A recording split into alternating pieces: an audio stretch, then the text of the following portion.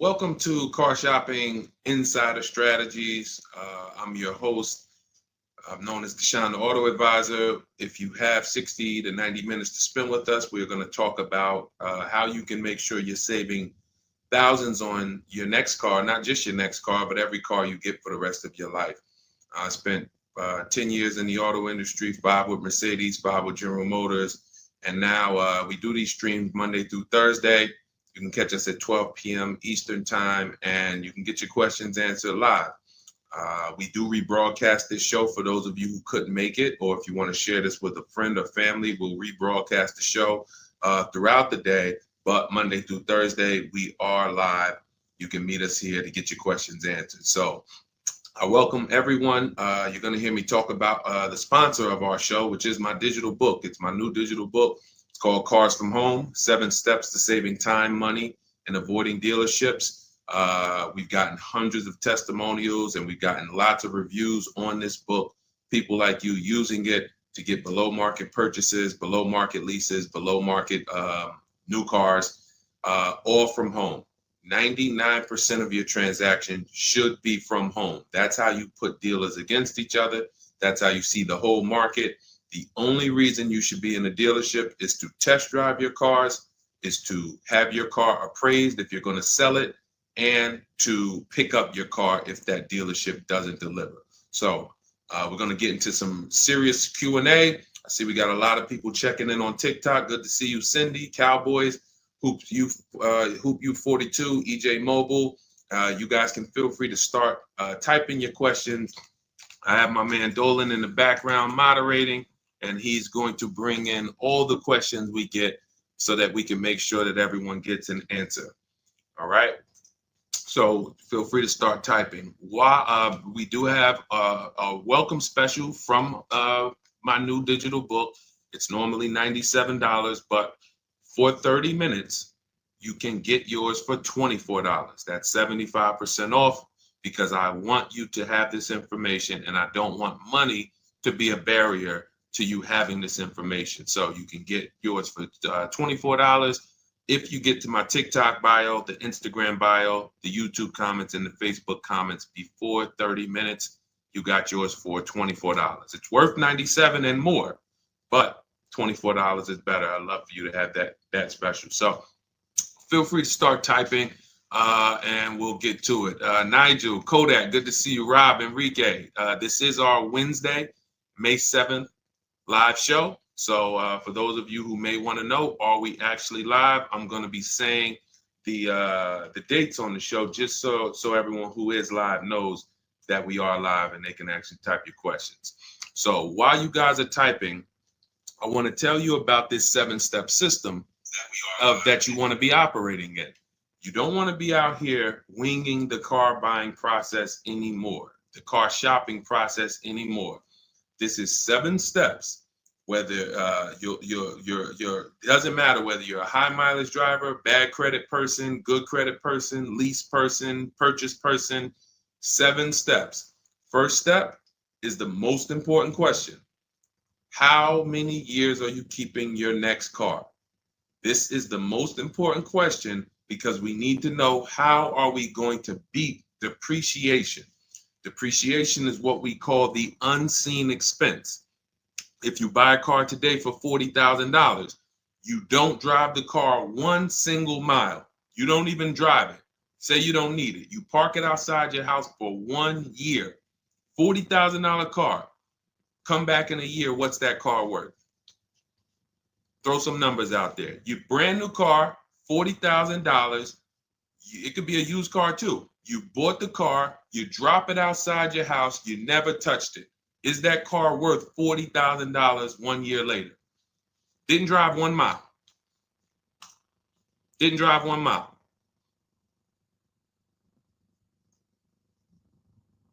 Let's go. Throw some numbers out there. What do you think? What do you think a $40,000 car is worth after 1 year?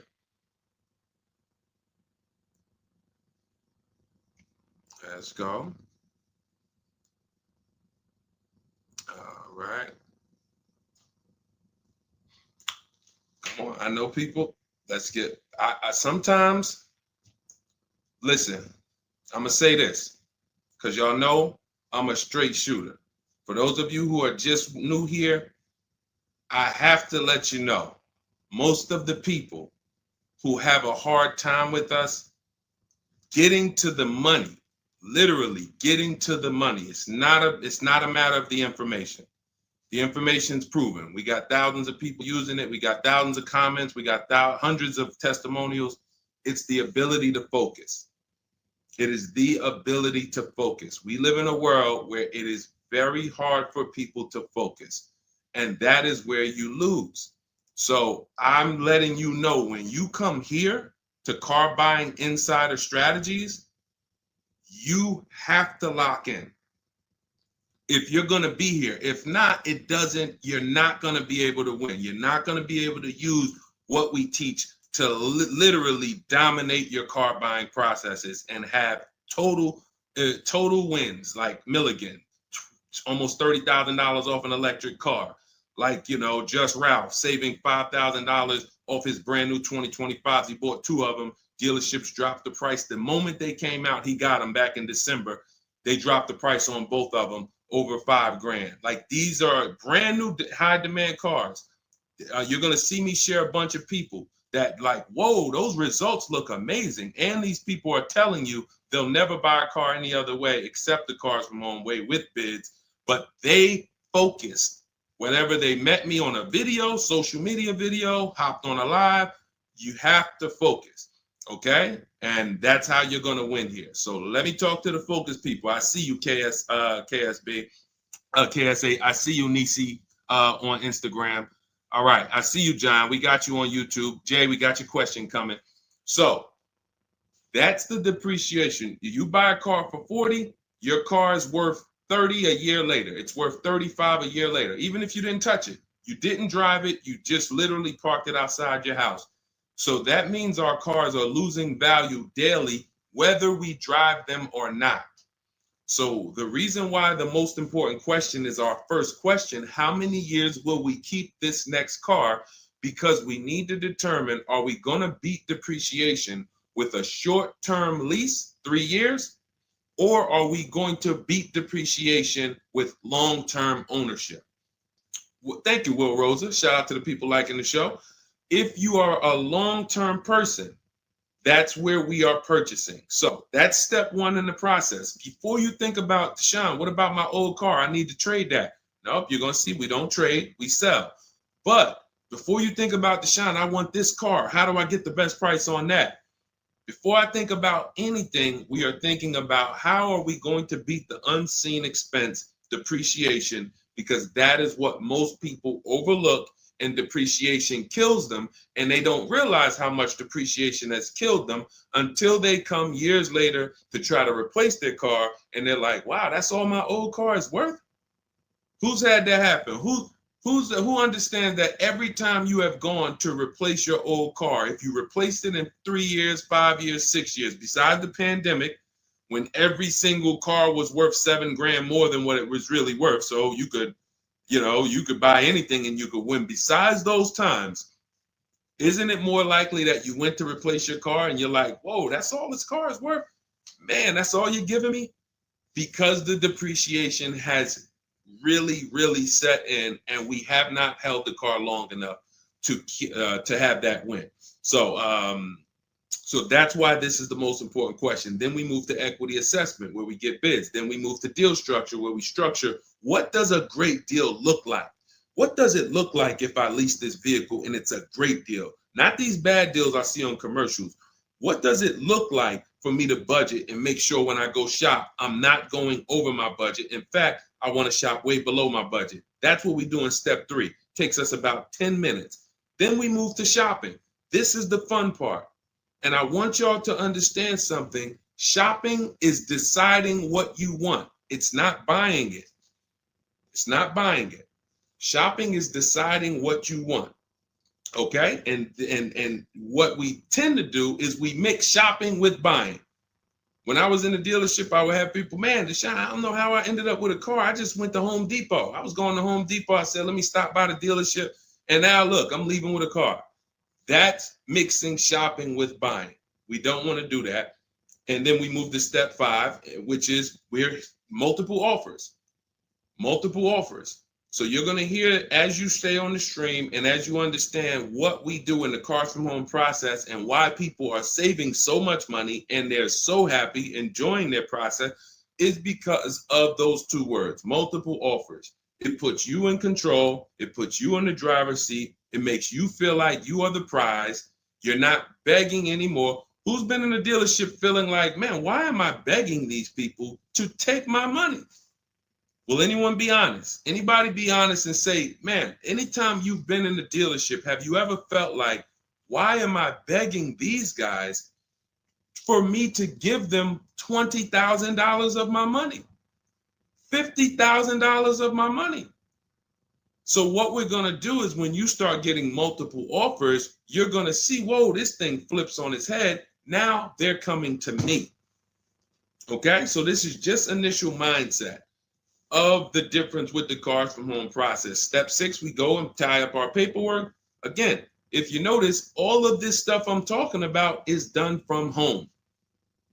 The only thing we do in that dealership is test drive, come on home. And you're going to start now enjoying your test drives. So you probably can't even, you've probably been scared to go test drive. Sean, I'm scared to go test drive. I don't want to, because they're sitting you down. Thank you, Paul. Thank you, Paul Sperling, for being honest. I see you on Facebook. That's where you've been nervous. Man, I don't want to go test drive. I'd rather just, but what you're going to start doing now is enjoying the shopping because you're test driving, going to another dealership, test drive this. Sometimes people go with their families and say, hey, family, good news. We're going to go out this weekend. We're going to test drive a bunch of cars and we're going to decide what the right one is for our family. The kids are happy, wife's happy, husband's happy. Yes, let's do it. Get to the first dealership, test driving the car. All right, what do you think, guys? Oh, it's okay, it's all right, it's nice, we like it. Okay, now the kids think we're going to see 3 vehicles. Next thing you know, Dad's sitting down with the salesman. Hey, we got a great sale, today. It's a 1-day sale. That's a lie. Really? Oh man, what does the sale look like? Oh man, and for those of you know, I'm not the public. I'm an insider, so I'm telling you from being in the dealerships. You get what I mean? Like I respect people who never were car salesmen and they're trying to teach you guys how to get the best deals. God bless their hearts. I'm telling you from inside. So next thing you know, the husband's sitting down talking numbers. Kids are like, hey, Dad, what happened? I thought we were going to, hey, hold on. Daddy's working out a good deal here. Hold on. They got a 1-day sale. Not realizing they've completely taken you off your shopping process, which is your power, deciding what you want. And then once you decide what you want, you have multiple dealers compete while you sit at home. Right where I'm at, right where I'm sitting is where I have made my last probably 5 car deals for myself and my family from right here. Bids. So now that we open it up, we gave you a little mindset of what Cars from Home is about. We got questions coming in. I see Jay on YouTube. I see Robert on TikTok. For those of you who want to know if we're live, we are live. It's our Wednesday, May 7th episode. We're live every Monday through Thursday at noon. But you might be watching a rebroadcast and you might have someone ask the same question that you're going to ask because we do replay the show throughout the day for those who couldn't catch us live. All right. So Dolan, let's start bringing in these questions. I see we got some coming. And Instagram, you guys type your questions. We're live on Facebook, YouTube, Instagram, and TikTok. All right. What do you think about the Flex Car Leasing Company? Let's see. It's Flex Car Leasing. All right. Let's see if we can find out about Flex Car. Live large, spend small. Sounds like a good quality lease. That's literally, listen, I leased my first car, I was 22. I had other friends buying cars. My payment on my Pontiac G6 was $256. It was a $20,000 car.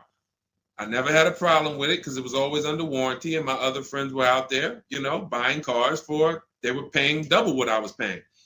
And again, if you're keeping your car 8 years or longer, forget about leasing. You should be shopping for a below market purchase. If you're not keeping your cars 8 years or longer, below market leases is how we save all the money keep thousands in our bank account, drive incredible cars. So let's take a look. It says Flex Car is the first and only month-to-month car lease because freedom shouldn't come with a contract. Once you flex, you'll never buy a car again. Now, I like this. We're just judging it by what do we get to drive? Here's how you judge leasing, y'all. What do I get to drive and what do I pay for that? For example, I told you guys my first lease was $20,256 a month. Then I got an Infiniti G25. Our payment was, that was early. That was like 2011. It's like a $35,000 car. I want to say I was like low threes or either high twos. Ridiculous deal on it. Wasn't no more than that because after that I got an Infiniti Q50, $45,000 car. My payment was $325. After that I got another Q50. I had 3 Q50s in a row. My next payment was $345. My last one was $365. That was all of these are $45,000 cars. No money down. I do not put money down on leases, and I teach you how never to put money down when you're shopping. When you know you have a great lease deal, then you can put money down. Let me give you an example.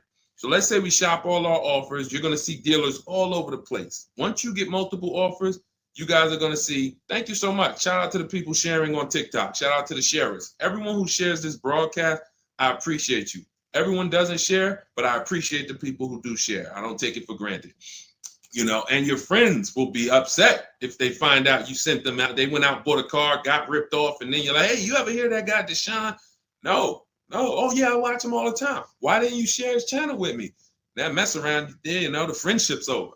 So make sure. So share with your friends. But anyway, so when we consider that leasing is a value play. So leasing is how much car can I drive for X amount of money? Because that's all we judge it by. It is literally nothing. We're not in love with these cars. We are not keeping these cars for more than we should not be leasing something and saying we love it. Because if you love it, you mess around and lease something that has a bad lease program, and then you're driving a car overpaid for it because you like. So you know, if somebody says, "Oh man, I really want that Range Rover," and then they shop the offers. Range Rover offers are no good. They're all over 1.5, 1.6, 1.7. For those of you who don't know, we judge leases by dividing the MSRP, the monthly payment we get, no money down. You divide that monthly payment into the MSRP. So if you have a vehicle that has a $400 payment, you divide that into the MSRP, which is, let's say, $40,000. That's going to be a 1% lease.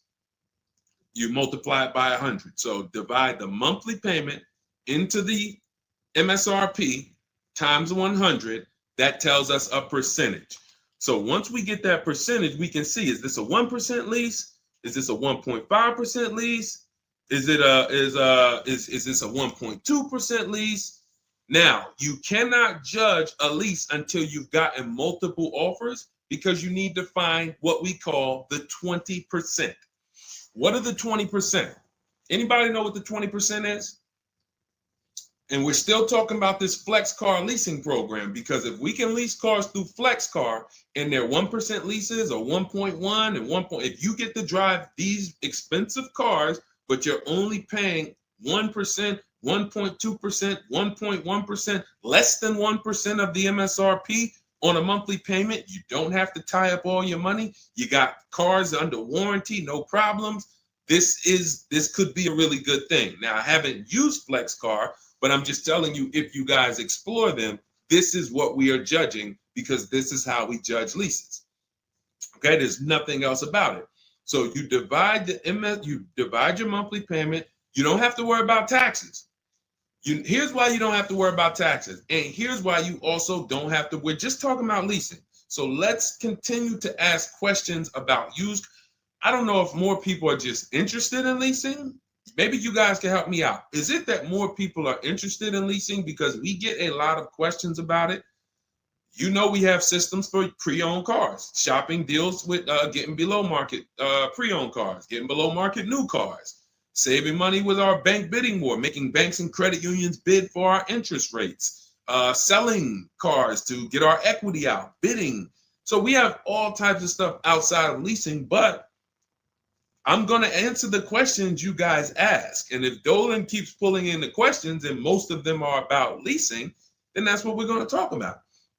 Okay? So so here's the reasons why you never have to worry about what about the taxes and fees and what about the selling price? Do I divide the monthly payment into the selling price or the MSRP? Well, you're going to do it on the MSRP. That's that sticker price. I'm going to show you guys an example here on the screen so you can see. This is a sticker, window sticker, and you can see, Dolan, can you snatch that? Thank you so much, Dolan. The total MSRP right here, that's your MSRP. That is what you're dividing your monthly payment into. Now, the MSRP tells us the value of the car in the market. The MSRP tells us the value of the of the car in the market. It does not tell us what they're selling the car to us for and how much they've discounted it. That's reflected in the monthly payment. So you have a $40,000 MSRP. One person, one dealership, an 80% dealer offers us $600 a month for that.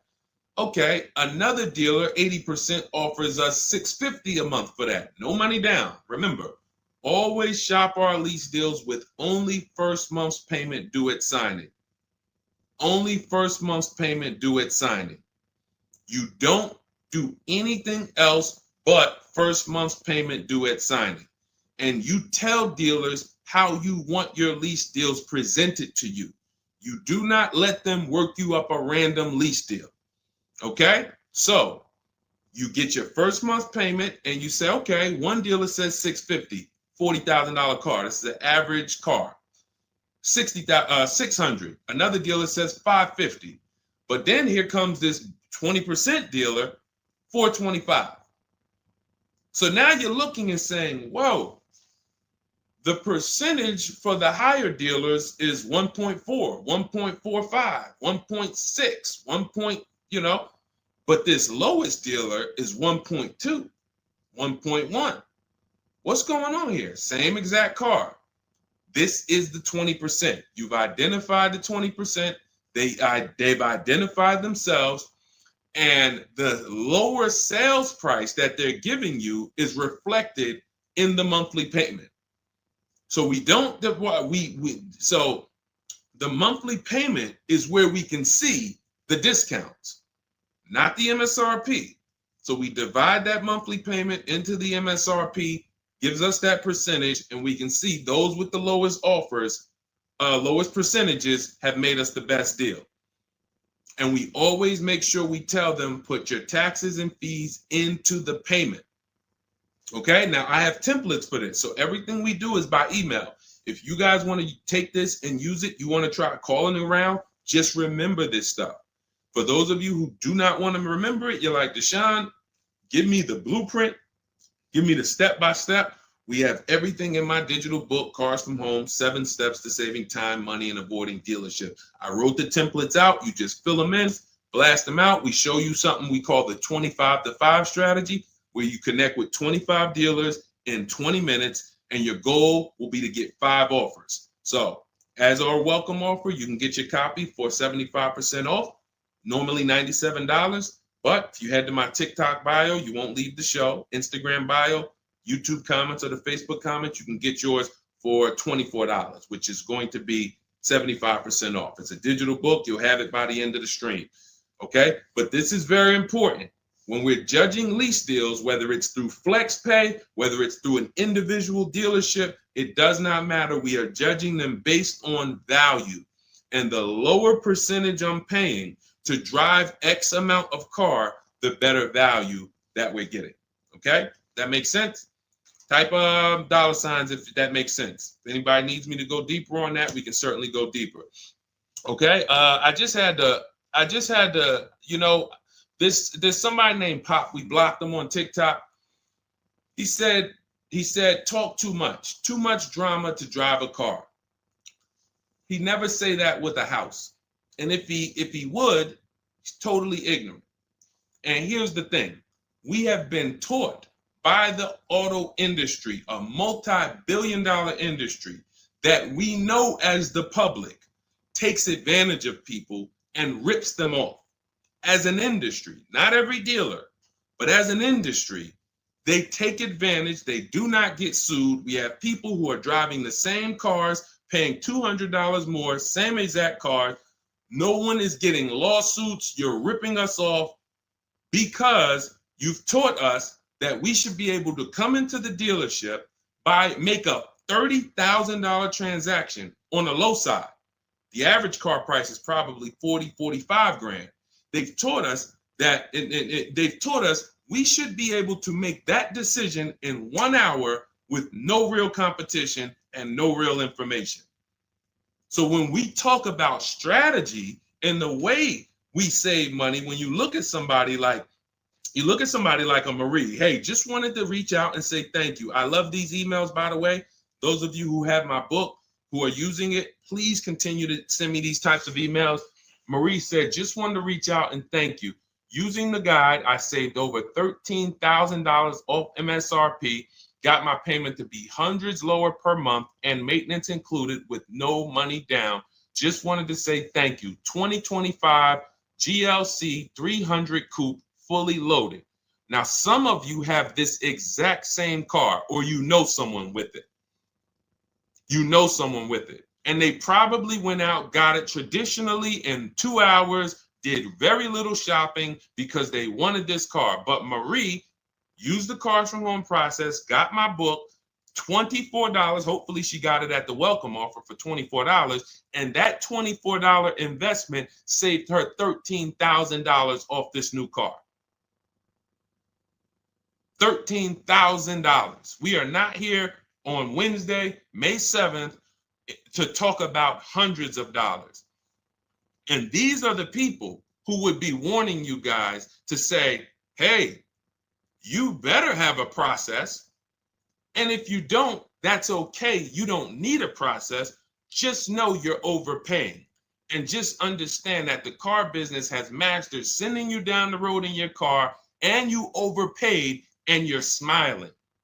It's a very, very powerful business, multi-billion-dollar machine where you could send hundreds of people down the road smiling and they literally overpay. You just made $5 grand on them, $8 grand on them, 10 grand on them. That, you know, there's a saying in the car business, the happiest customers are the ones you make the most money on. That is a saying. So the happiest customers, the ones that are no, hey, listen, you got to do better, man. Hey, man, I'm still not happy because you still don't feel like you got a good deal. Those are the people that you make the least money on. Still making money on them because they're not comparatively shopping. But the ones who, oh, Joe, you were great. You made this so easy. Go see Joe, everybody. Meanwhile, Joe's making 8, 10 grand on you every single time. So appreciate the people who value having a process for the most expensive purchase some of them are going to make. We're not buying homes like we used to. So some people, cars are going to be the most expensive purchase that you make. So I appreciate the people who value how serious that process is. All right, Dolan, let's keep them going. Next question. We got a lot more coming in. Lady V, how are you? What are the major updates for the car buying strategy? Oh, are you in Cars from Home? I announced Lady V, let me know, because it sounds like you're talking about a post I made to our private group. Actually, if you check Leasing Like a Boss, what we just did is we turned our 25 to 5 shopping process, which was you. By the way, guys, this is somebody, we have 2,300 people in our inner circle who use the Cars from Home strategy. They don't like reading, not all of them. They prefer videos and coaching. We have coaching calls first and third Wednesday. We got one this afternoon. But what she's asking, I announced that we were upgrading again our process because we made it even shorter. And guys, we're getting cars in 45 minutes. We're getting lease deals in 45 minutes over a 3-day period, 45, 60 minutes. Literally, we are having people bid in a process that used to take us, even our people who are good. Like you look at somebody like Rosalie. Rosalie, some of you know if you've been on the stream, I continue to celebrate her. She got 3 cars. At once, she had to get 3 cars for her sons. A Nissan Rogue, $36,000, $399 a month, sign and drive. CX-30, $28,000, $339 sign and drive. That's a 1.2% lease. And then Mazda CX-50, $40,000 vehicle, $420. 1% leases, and then one, just killing it. Probably. And then she got $6,700 selling her old leases. She sold 2 leases because in step 2 of our process, we teach you how to sell not just your cars that you own or that you finance. Who didn't know you could sell a lease? Type me. Let me ask this too. Who didn't know you could sell a car that you did not have the title for? It's not paid off yet. Let's ask both. Who didn't know both of those? Because I've seen people in my career that say, listen, Deshone, as soon as I make my last payment, I'm coming to get that. As soon as I get the title. And I'm like, where did you think that you had to wait for the title paid off to? So who didn't know that? So literally, I see you, Nina. Thanks for being honest. Appreciate you. All right. Thank you, yours truly. I appreciate the people who are always willing to be honest, because you're the ones who are going to really, if you can't get the bad news, you are literally not going to be able to get to the good news. Like, you got to realize the people who they have a very tough time is they just think, Deshone, I know way more than you. Even though you've been in this thing since 2006, you got all this experience, you done worked for this, been a finance manager, had your own brokerage. Deshone, I still think that I know this more than you. Very tough time helping them. But other people, you guys can win very simply. So when we look, she's asking, we were getting these cars in roughly an hour and a half, 2 hours from home. Now I'm doing it in about 60 minutes, but I created a quicker process, cut some things out, and we just are uploading new things to our membership page that are going to have people literally popping in over a 3-day period. Morning, 10 minutes, afternoon, 10 minutes, evening, 10 minutes. You do that by your second day, you're going to have 5, 6 offers, 7 offers, and be ready to close the deal. Like that quick. That quick. I'm always about quicker. Deshone, y'all getting cars in an hour and a half from home. Yeah, but can we do it quicker? So that's what we got. So check Leasing Like a Boss, and you'll see some of the new videos already in there. And thank you, Daniel. He said it's worth the price. And it's in the book. So very important to understand. Everything we're talking about, guys, you can get it for $24 if you get to the book before the 30-minute welcome offer expires. This is the same system. Some people just like videos and coaching in our community, 1,600 people in it. They want to be in that. Like, let's do this together. Let me ask more questions. We can't answer questions for people who have the book. Unless you pop on a live and you catch me here. So thanks, Lady V. But yes, check out the membership page and you'll see all of the new videos in day 5 for the 25 to 5 strategy. It just got quicker. All right, go ahead, Dolan. Pull the next one up. All right. And every time y'all hear something that you like, can you continue to run up these likes on TikTok? Appreciate it. I see we're about 300 now. But if y'all can continue to run those likes up, it means a lot. It lets TikTok know, hey, they're talking some serious stuff over here. Let's bring some more people over here so more people can benefit. My man Paul Sperling on Facebook. How are you? Are there dealerships that won't allow you to lease unless you use their financing and not use your own credit union? This is a great question. Wanted to know if it was true because Genesis Salesman told me that. Great question.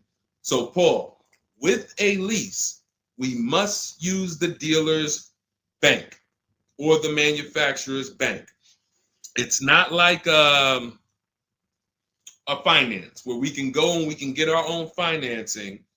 We can shop around for our own financing. And the reason we're doing that is to make sure that they're not overcharging us for the financing. So we have a process we call the bank bidding war, where we strategically let tons of banks and credit unions shop our credit without it lowering our credit score with all these inquiries. And we do it within a window, and it allows it to only show, it only affects our score as one hard inquiry. So these are the steps we take to make sure we are not overpaying. Thank you, y'all. Yali 288, #1 gifted badge. Appreciate you. But on a lease, it's different. We must go through the dealer's bank. Now, here's what could happen. With a lease, there's something called a money factor, which is an interest rate. That's an interest rate on a lease. It's called a money factor. Now, dealerships, if they know you are not shopping, and some, the 80%, even if they know you're shopping, they're going to mark up the money factor. So they're going to create and quote you with a higher money factor. This is why going in and asking for the invoice does not matter. You don't know what the hidden money is. What are the rebates? What is the incentives? What is the money factor? You don't know. Did you mark it up? Did you not? Can't see it. It is totally undisclosed. There's no way for you to see it. So how do we make sure this doesn't happen? Multiple offers. Because when we know you're shopping now, and again, you're going to see as you guys get multiple offers, sometimes it's not going to matter. You're still going to see offers that are extremely high. And you're like, these guys are still quoting us high, even though they know we're shopping. Correct. Because this is what they sell their cars for. And they will sell this car to someone else for the higher price who does not have strategies before they discount it to sell it to you. They would much rather say, Mr. Customer, that's my best deal. I'm sorry if it's not in your budget, but that is my best deal. They're not lying because they're going to sell that car to someone else who does not have strategy, who will gladly pay it. But once you begin to shop around, you're going to see, like I have a market report up. Can you snatch that question down for 1 second, Dolan? There's a market report up here on the screen for an Infiniti QX60 Lux. It's a $61,000 vehicle. Now we can see so far, and this was literally when we got 4 offers. Now what you're going to be getting is at least 5 to 7, and then you make your decision. Only vehicles that are very scarce, you're going to see less than 4 offers, or less than 5 offers. And then at which point, we usually make a decision on, do we want this vehicle or do we want to hold off and maybe check back next month, because we need competition. But in most cases, you're going to see plenty of offers come through, 5 offers, 7 offers.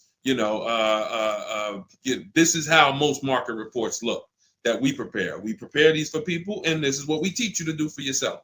So as you can see, $61,000 vehicle. One deal is at $873. Sign and drive, no money down. One dealer is at $889. But then we have 2 dealers that have come in at $680 and $685. $200 apart. So now there are people in these other dealers that are at $800, almost $900 a month, negotiating. Come on, man, can you get me down under 8? You see how that's a losing battle? They're at $889, right? They know we're shopping, because when we shop, you always want to let dealers know. I'm speaking to a couple dealers. You catch more flies with honey than with what is the saying? Vinegar. So be nice, be friendly. All the scripts we have, you use our scripts. We have thousands of people using our scripts from our book and from our Shop with Deshone coaching program. And they're nice. They're friendly. They're not like aggressive. They're firm. But when you're talking to dealers, just be, hey, I'm shopping around. Hey, and you're still going to see, that's my best price, $800.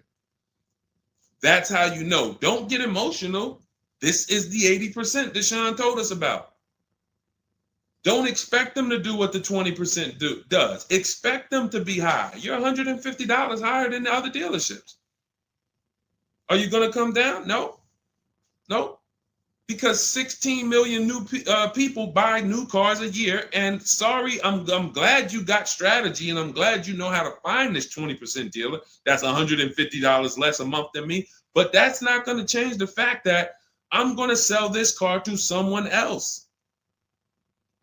And they'll try to lean on you and say, well, do you want it? Because, hey, that's our price. No, I'm sorry. We don't want it. Thank you so much, though. So this is what we're dealing with when we are dealing with car salesmen. which is why you must shop multiple offers to be able to get your best offer. Now, when we look, going back to yours truly's question about, can you pull that question back up about the shopping for the lease financing?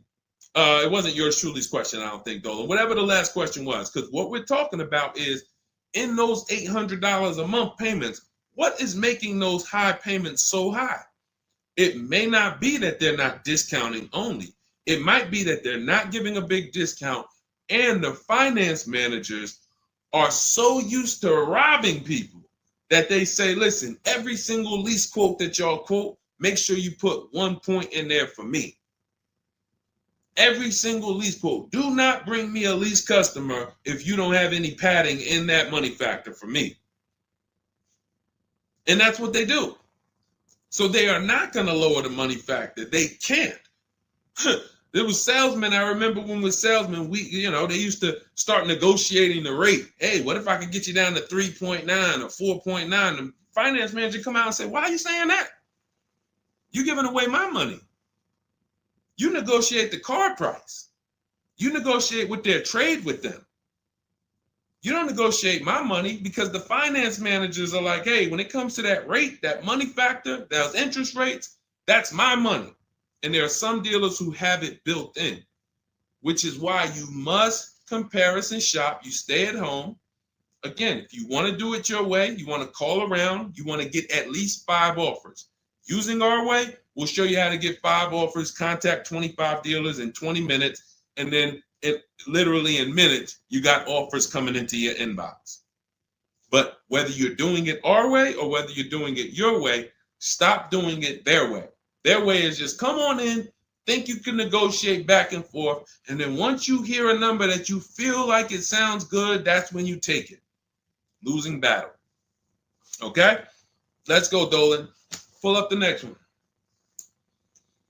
All right, I see we got a lot of questions. We got Nina. For those of you who don't know, we are absolutely live. This is our Wednesday, May 7th live. We're live every Monday through Thursday at 12 noon, so you can meet us here. If you couldn't catch the whole stream, we will rebroadcast this show throughout the day, so you can have your friends, family watch it, or you can catch up on some of the things you missed.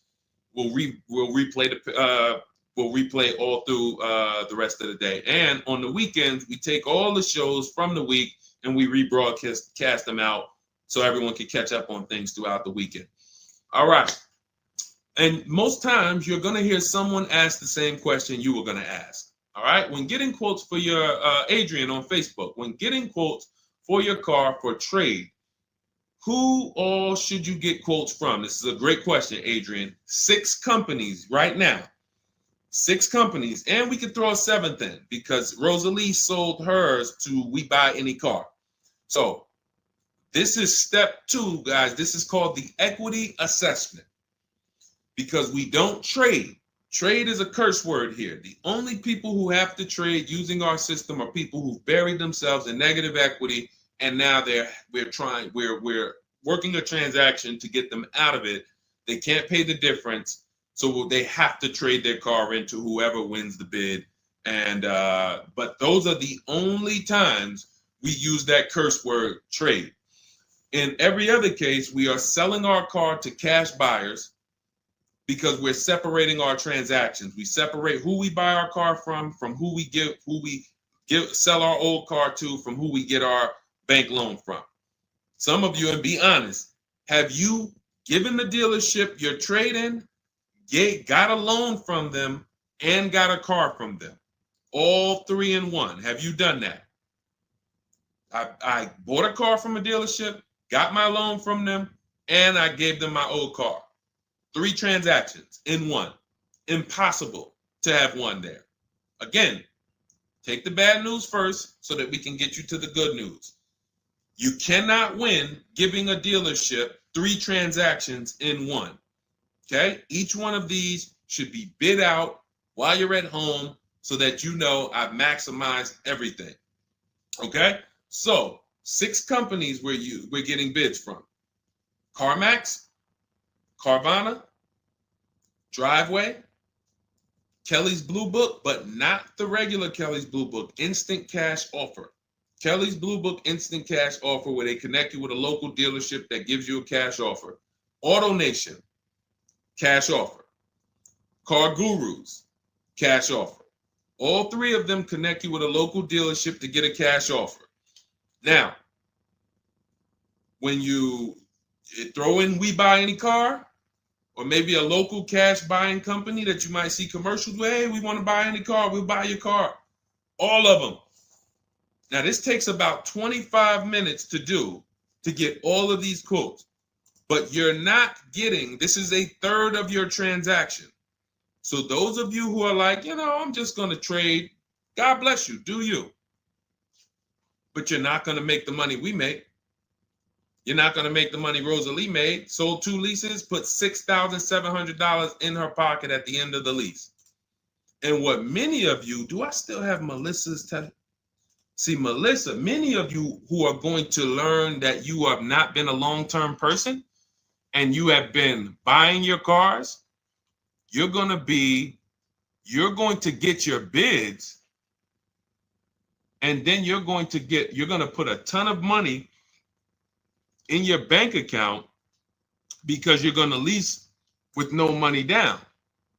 And once you lease with no money down, I don't think I have it up. I think it was from last year. And because we're just showing all 2025s and 20. Yeah, that's all we're showing right now is, recent people, But some of these, Dolan, I'm going to go back and grab because some of them were unique in that when you see you've been somebody who's been taking loans out and you're like, Deshone, every time I buy a car, I take loans out 5-6 years. I go trade the car in after like 4 years, or maybe I pay them off and then I go and trade them in. And I always end up really not getting nothing. I got high payments every time. And then whatever my old car is worth, I use it for a down payment for the new car. I don't really see where that money goes. So this is a repetitive cycle. What you're going to do is actually get your cash bids, realize, all right, I've been breaking the 8-year rule. The 8-year rule says if you're not buying your next car to keep at least 8 years, you should be getting a below market lease. That's what you should be shopping for. That's going to save you thousands upon thousands of dollars more, and you're going to drive better vehicles. If you're keeping your car more than 8 years, then you should be shopping for a below market purchase, new or used, based on your budget and your values. So the 8-year rule. So you say, man, I've been breaking this 8-year rule. I'm not keeping these cars 8 years. Let me go and shop for my below market lease next time. So my normal car that I would normally trade in, not really see where that money's going. Now I'm going to bid that out to CarMax, Driveway, Carvana, Kelly's Blue Book Instant Cash Offer, Driveway, Car Gurus, and We Buy Any Car. I'm gonna see the highest bidder. The highest bidder might be like because Melissa, I think she made like $14,000. She had like a 5-year-old car that she would normally trade, but it was paid off, and she's like, all right, I'm not gonna go and use this as a trade and buy something else. She gets like you're gonna have like 12 grand equity, 15 grand equity, beautiful. And what's going to happen is when you shop for your below market lease, you're shopping with only first month's payment due at signing. So you find your lease, you've already been paying super high payments because you've been purchasing. Now you're like, whoa, I could drive this new car and it's $200 less than what I've been paying. I don't got to put no money down on this thing. You pull out of there with a super low payment new car, and you got a $12,000, $15,000 check going in your bank account. Got my car, and now I can see where my equity is going. It ain't going to you, dealership. It ain't going in that car. It's going in my bank. And this is, that's one of the most beautiful things I love to see. And it only happens for people who have been, unfortunately, programmed and brainwashed to buy cars. They don't keep them 8 years. And then when they come to the revelation, now it's like, boom, equity goes in the bank.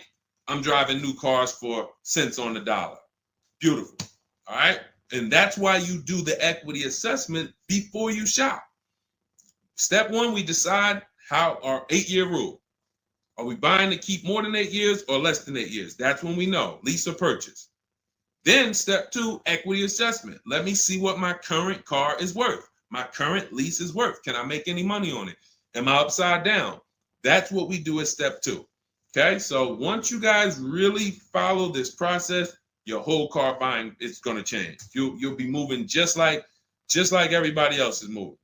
Just like Brian got his first lease. First lease using our system. He said, just finalized my first ever lease using your system. 2025 HRV Sport, all-wheel drive, $30,500 MSRP for $395 a month.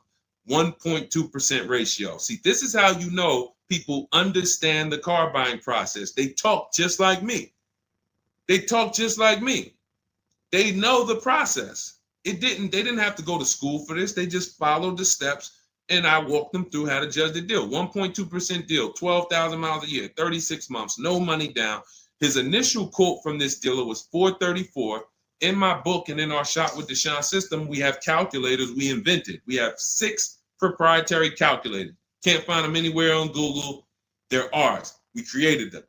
He used our calculator. We put all our offers into the calculator. It tells us what to counter. So he counter offered online or by email. His last offer was $395. They went from $434 to $395. That's how it goes. And he probably had 5 or 6 or 7 other offers that was $150 a month higher. That's how it goes. All right. That's where you want to be. All right. That makes sense. Did everybody grab that? Type $ if you follow me. Who's following? Type $. Okay. I never want to go to the next subject before I make sure. All right. Did you grasp that? Did you? All right. Thank you. I see you, DJ and Nice. My man, good to see you checking in. Hart, you have that's your username, Hart. So yours truly. Thank you so much. Good to see you. All right. I see you, HD1 1225. Good to see you. All right, perfect. All right, Dolan, let's go to the next question. All right, feel free to keep talking. I know we got a bunch, so I'm not even gonna say it. Let's just try to get through what we got so far. Should there be a set length of financing depending on the year of the car? Great question. So we have something we created called the Rule of 72 and the 10th birthday.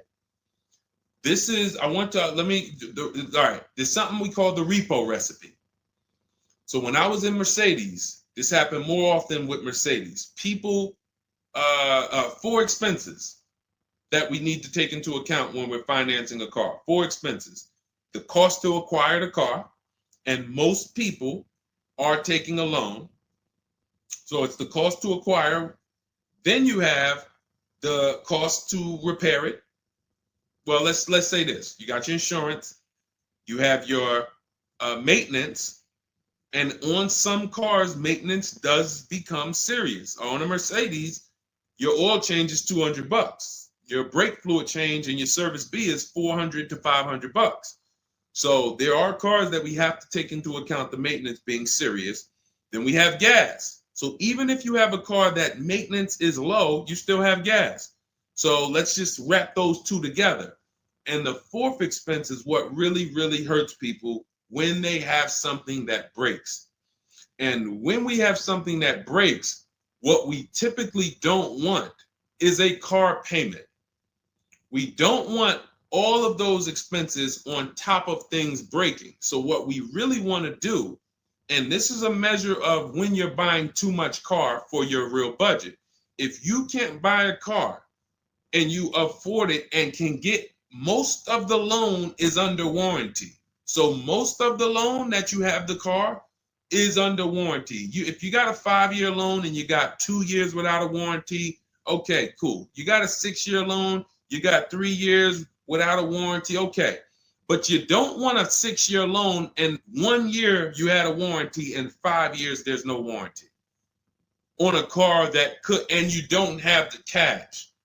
These are things that we call the repo recipe, because when something breaks and you have a car payment and your insurance payment and they're telling you, wait, you need the maintenance, you just wait, I just put brakes and tires on this thing. This is enough for some people to say, whoa, I can't afford to put $5,000 into this car in 60 days. Or so how do we prevent this? We prevent this by making sure we're not taking a car or a loan too long for the year of the car. And the longest loan we want to take is 72 months. And so the reason why it's called the rule of 72 and the 10th birthday is because when you add up the year of the car and the number of years old the car is, I'm sorry, when you add up the year of the car and the year of the loan, the number of years on the loan, it should not pass 10. So if you're getting a 4-year-old car, you can take a 6-year loan. If you're getting a 3-year-old car, you can take a 6-year loan. That's 9. If you're getting a 5-year-old car, you should take a 5-year loan max. If you're getting a 6-year-old car, you should take a 4-year loan max. Now, why is this a test of affordability? Because some of you are saying, whoa, but I can't get the car that I really want at that number. Then that means you can't afford the car that you really want. Again, it doesn't mean you can't break that rule, but it does mean that you're going to have a loan on a car that's older than 10 years. This is risky. So it's nothing wrong. The reason we create these boundaries, so at least when you cross them, you know you're crossing them. So if something happens, you're not surprised. You're not like, whoa, how did this happen? Well, I took a little risk. I took 1 year longer. Then, the car's 11 years old. I still got a loan on it. Stuff goes wrong. I'm out there. I got more exposure. But if we use that as a gauge of affordability and say, you know what, if I can't afford a 6-year loan on this car, then I can't afford the car. If they're telling me I got to take 7 years, that's why we cap both. We cap the number of years you should take at 72, absolute longest. And some of you know we default to a 5-year loan when we're shopping.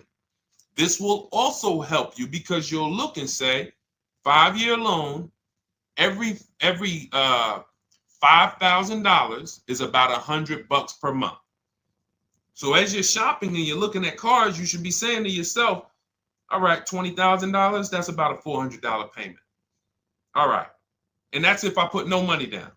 You got your taxes and fees. Maybe I'll take care of the taxes and fees, but that $20,000 car is going to cost me about $400 a month, 5 years. $80,000 car, you're looking at,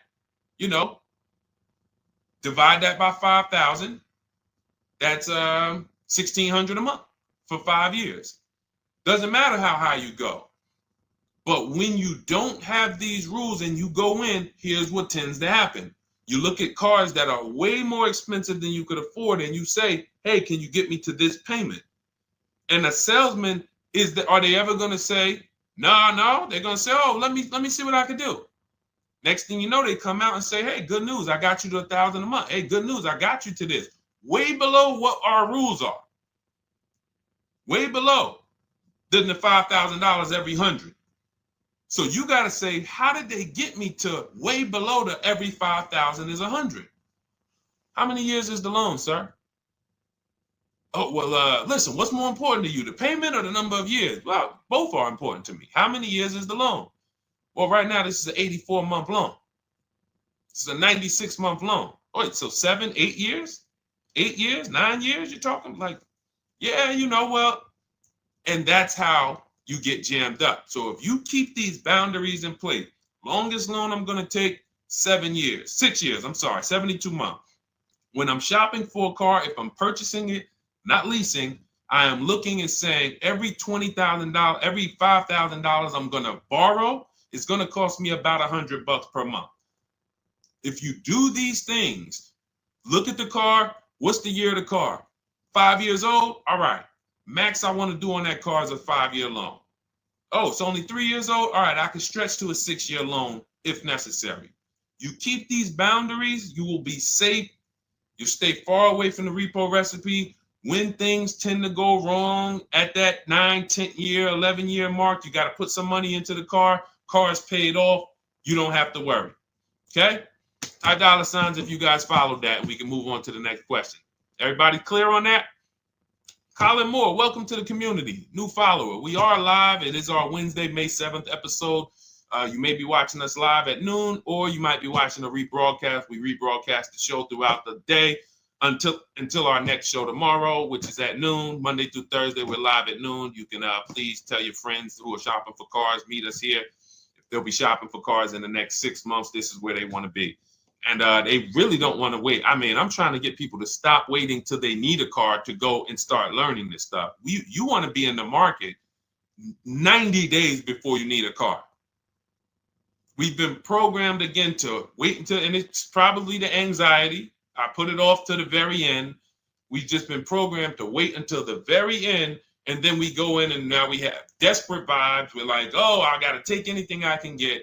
We really want to be strategizing our car purchase early in the market, able to say no to offers very early. This is power, where you can say no. You can email. We have dates that we give the dealerships of, hey, this is when I could buy a car. I could buy it today, but I don't need it for, 2 months, 3 months. That really puts us in a position of power because everyone they're dealing with is desperate, walking in saying, I need a car today. Oh, I hear these cars are hard to get. All of this wrong, desperate energy that's going to make them pay more. That's what they want to sell. We come with, no, we can make a deal today, but we don't have to make a deal today. And when we come like that, it really positions us to, next month, the car salesman will be like, man, I ain't sold a car in 4 days. Oh man, let me call Kevin Gilder. Hey, Mr. Gilder, are you still in the market?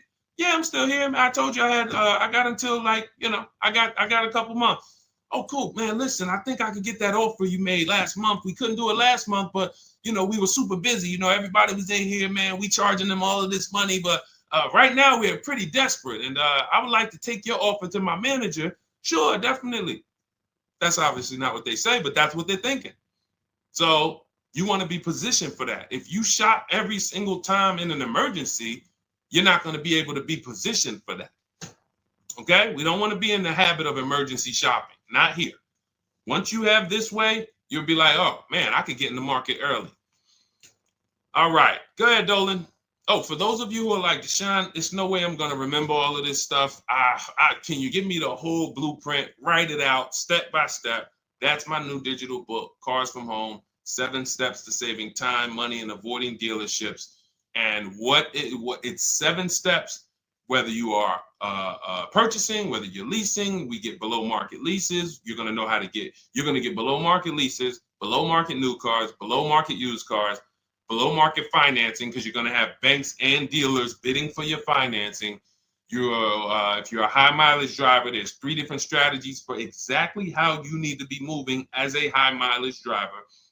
If you have negative equity, there are 2 strategies in there to help you move from negative equity to your next purchase. This is all in 7 steps. Very simple to follow. So you can get your copy. It's normally $97, but you can get your copy. Part of our welcome offer, 30 minutes only. If you visited already and that timer started, once 30 minutes goes to 0, it is now $97, which is worth every penny.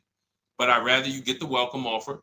So go grab it. TikTok bio, Instagram bio, Facebook comments, YouTube comments. Click those links.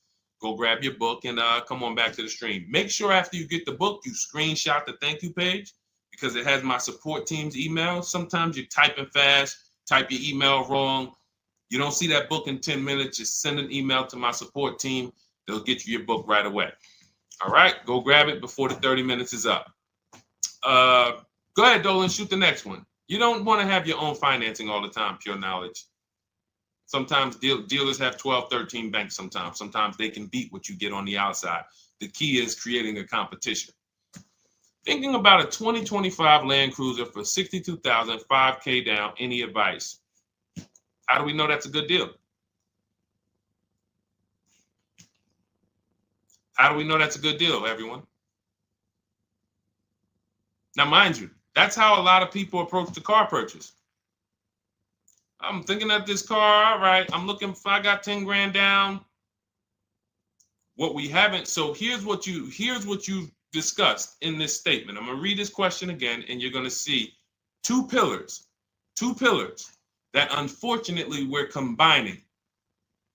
Thinking about a 2025 Land Cruiser. So now in my mind for 62K. Now, this is a new car. With our new car system, we use the bidding. Thank you so much, Daniel. See, Daniel knows. I think, Daniel, you have our book, Bidding the Market. So that's where we're missing everything. So now we're looking at the new car, which means what our process is, we're connecting with 25 dealers to get bids. If you said, Deshone, I called around, spoke to several Toyota dealerships, and the best dealer that I found who's going to offer me a car is going to give me $8,000 off. But I got 5 offers. I got 7 offers. Some people said they're not going to do any discount. Some people had $3,000 in fake fees and dealer adjustments. Some people had protection plans and they took off a little money, took off $5,000, but they had all of these fake fees. So it's really not even like they took off $5,000. But one dealer didn't have the fake fees and he discounted $8,000. Boom. That's a bid. You did it manually. Didn't do it our way. That's just fine. But that is allowing you to have the peace of mind that I'm getting a great price on the Toyota Land Cruiser. Separately now, we're moving to our financing because you said $5,000 down. Therefore, you're getting a loan. So we would now have banks and credit unions bid to now submit offers to you within a 24-hour period. You have all these banks, credit unions online bid for the loan, get the best interest rate. We give the dealer a chance to see can they beat it. In which case we bid out the loan, we bid out the car purchase, and now and watch this. I'm home doing that before you even get home from your dealership. One visit, you're in the dealership 3 hours. I'm popping into my email minutes at a time, 15 minutes. I'm hopping on. I'm getting banks to bid in an hour. Everyone's bidding. Boom, boom. I'm getting dealerships to bid. You're still at the dealership. You're just meeting the salesman. You're still wondering, do they have a black one? Hey, he said he had a black one. He was going to pull it up. All right. He comes back with silver. Oh, you don't have black? Oh, no. Well, listen, somebody's trying to dig it up in the back. We're going to see. Why don't you drive this one and then maybe we'll see. Okay, listen, I'm here. Cars from home people, we here moving. We already gotten offers coming in. You still waiting for a test drive. This is how we move. So not only is our process and the way we shop the key to getting all these offers, like again, you look at somebody like this was crazy. Val Boss lady, $51,000 vehicle, zero maintenance, zero time. Look, she got a 1.1% lease on that. Let's look at where's Sean? My man Sean, because Sean was actually one of the $72,000 vehicle. He saved with the rebate and with the dealer discount. He saved $21,000 off of it. $21,000 off of it. He's sitting here chilling at home. Dealers, I'll take off $3,000. I'll take off $5,000. I'll take off $10,000. Oh, I'll take off $20,000. Whoa. So it's not only is it the money that we save, it's an easier, more fun process. So that's what you need to do. Like, step out of that old way. Understand that I need to get multiple offers for the Toyota, and I need to get multiple offers for my financing, and I do that right here from home, where nobody can come into my house and say, hey, get into the dealer here. What are you doing there trying to shop from home? We see you. You're not going to break our programming on you. You better get up right now and walk into this dealership so we can charge you more. Who's going to do that? While you in your living room, while you at work? Dealers bidding while you're at work. Never been to a dealership. It's freedom. Multiple offers. Yes, Lady V. That's my 2 favorite words. I swear, if I didn't wear unlearn, relearn, I'd be walking around with a shirt that said multiple offers. All right, let's go, Dolan. Shoot the next one up. We got time for a few more. Let's go. A few more questions.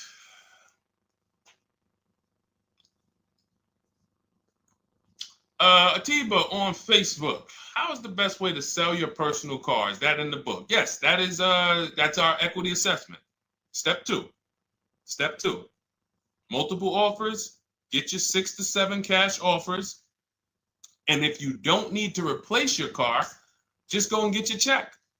Do your inspection, get your check. Cash offers, CarMax, Driveway, Kelly's Blue Book Instant Cash Offer, Carvana, AutoNation, Car Gurus. You want to throw We Buy Any Car in there? 7 offers. Get your cash offers. Now, if you are replacing your car, we are timing the transaction. What that looks like is we get our bids for our old car, our current car, or our lease. We assess what our equity is, and then we go shop for the new car. And once we find the best offer for the new car, we then go in. We'll give the dealer a chance to match it, but they usually can't. Hey, I'm selling my car to We Buy Any Car. You know, they're giving me this. Can you beat it? No, that sounds crazy. I can't beat that, because they're not going to win 2 bids. They're not going to beat all of the new car dealers or the used car dealers to sell you a car. And then they can also beat all the used car cash buyers to buy your old car. They'll be out of business. So you go pick up your new car, drop off your old car, or go drop off your old car, get your check, drive over, pick up your new car. Maximize both transactions. It's a beautiful thing. That is the way it's done with us most of the time. Very rarely is the dealer we're picking up our car from the same one who's buying our old car. Very rarely. But yes, absolutely, that's in the book. All right, let's keep it going. Dolan, next one.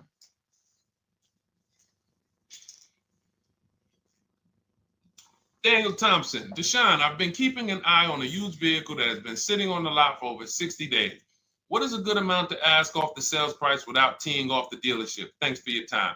So if you've been watching the vehicle, and this is the benefit of being in the market early, used car markets change, used car trends change. You can see prices going up, you can see prices going down, you can save inventory that you've been looking at. You know, I show you in our multiple marketplace strategy how to save the cars that you're looking at, create these save listings. Every new car that pops up, you get an alert for it. This is why when you know the market, like Daniel knows the market for this car, if he has on alerts, every new car that pops up, he knows about it first, and he can actually jump on that car quicker than anyone else, because other people will hesitate because they don't know the market. So they'll say, hey, what about this car? Oh, they just listed it today. It might not be a good deal. Well, Daniel will know if it's a good deal because he's been watching the market to know, yes, that's a good deal. No, it's not a good deal, because the really great deals where dealers say, hey, we're just going to move this car. We want it gone in 24, 48 hours. Those are not going to last. So literally, once they list them, you want to be able to say, oh, I saw that first and I know the market. Hey, you call. Oh, just got a cramp. Went to the gym earlier, dehydrated. Went to flex and my arm said, no, you're not going to do that. So, but once you know the market, you literally can jump on things fast. Now, in the case of also watching the market, in this case, we see a vehicle that's sitting. Long as we verified there's no bogus fees on it, only fees on a car we're purchasing, used car or new, should be tax, documentation, and motor vehicles. That's it. Tax, documentation, motor vehicles. In some cases, in certain states, you may see smog or something. Should be very small. Very, very small. Shouldn't be anything else for $300, $400, $500, $600. Tax, motor vehicles, documentation fee. Those are all legit fees. Everything else is a made-up fee to try to make money. Now, there might be some value in some of the things. We have a service plan that we added that we selling on all our cars. Okay, but we got to compare that to the dealers who don't have that stuff. So what you want to do is look at the low side of the market, the way we teach. So if you're looking at the low side of the market, Daniel, for example, and you see, all right, all the low prices are 21 to 22. The cars go up to 24, 25, 26. I see some up there for 27. Okay, but the low side of the market is 21, 22. And this is how we watch the used car market, because we want to watch the low side. Now, the low side is going to be where the worst cars are. What do I mean by that? frame damage, salvage title. If you don't see a couple cars and you pull a Carfax and it says salvage or it says frame damage or it says 2 accident, you're not looking at the low side of the market. You're looking at the regular retail market, the regular middle of the market, the average prices. Because if you're shopping the low side and you're like, okay, between 21 and 22 is where the lower prices are, you're going to see some, oh man, look at these pictures. Now, car's all scratched up. Oh man, okay, man, this thing had 2 accidents. Oh man, this thing's salvaged. But then you pops up and you see one for 22. You pull a Carfax. Carfax looks good.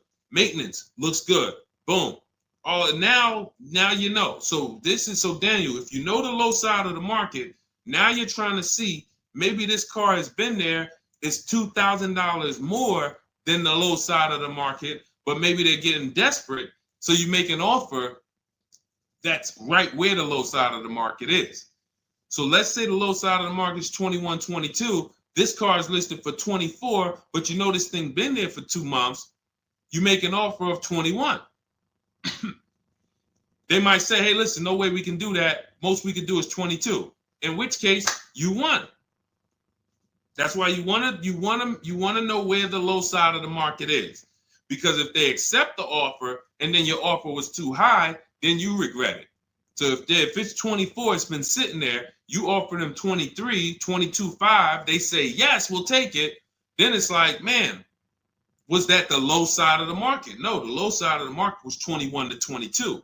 So let me offer 21, see if they'll bite. And if I land at 22, then I'm happy anyway. If I offer 21 and they say, look, no way we could do that. We could do 22.5. That's the lowest. We can blow this car out, and you won anyway. This is why knowing the market, this is all we teach. Whether you're in Shop with Deshone or a video checklist, or whether and watch this. The thing about our process is every time you use it, it gets quicker. So the longest it's ever going to take you to get a car using Cars from Home is the first deal. Second time you coming through and you're like, okay, I know what to do now. I know where to go now. Yeah, I remember this from my last time. I remember this. That's why Rosalie got her QX60 last year. And then she got 3 cars at once. Because she's like, I got mine. Now I just got to rinse and repeat 3 times for my sons. So that's what you need. That's where you base your offer on those things, Daniel. All right? All right, great job. All right. All right, it's go ahead, Dolan threw up one more. All right, I'm trying to see. I'm looking at time and I'm like, all right, let's go. All right. Is it true that finance bank will require a certain amount down to get you approved? Absolutely not.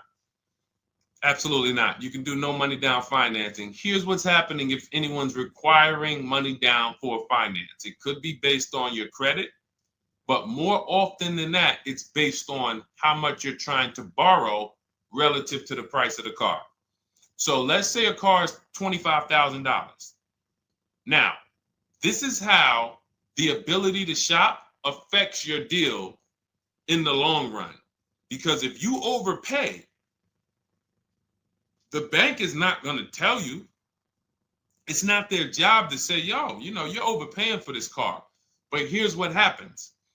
Let's say a car that is a good deal would come in around $25,000. Good deal, good value. Now, you don't know what you're doing.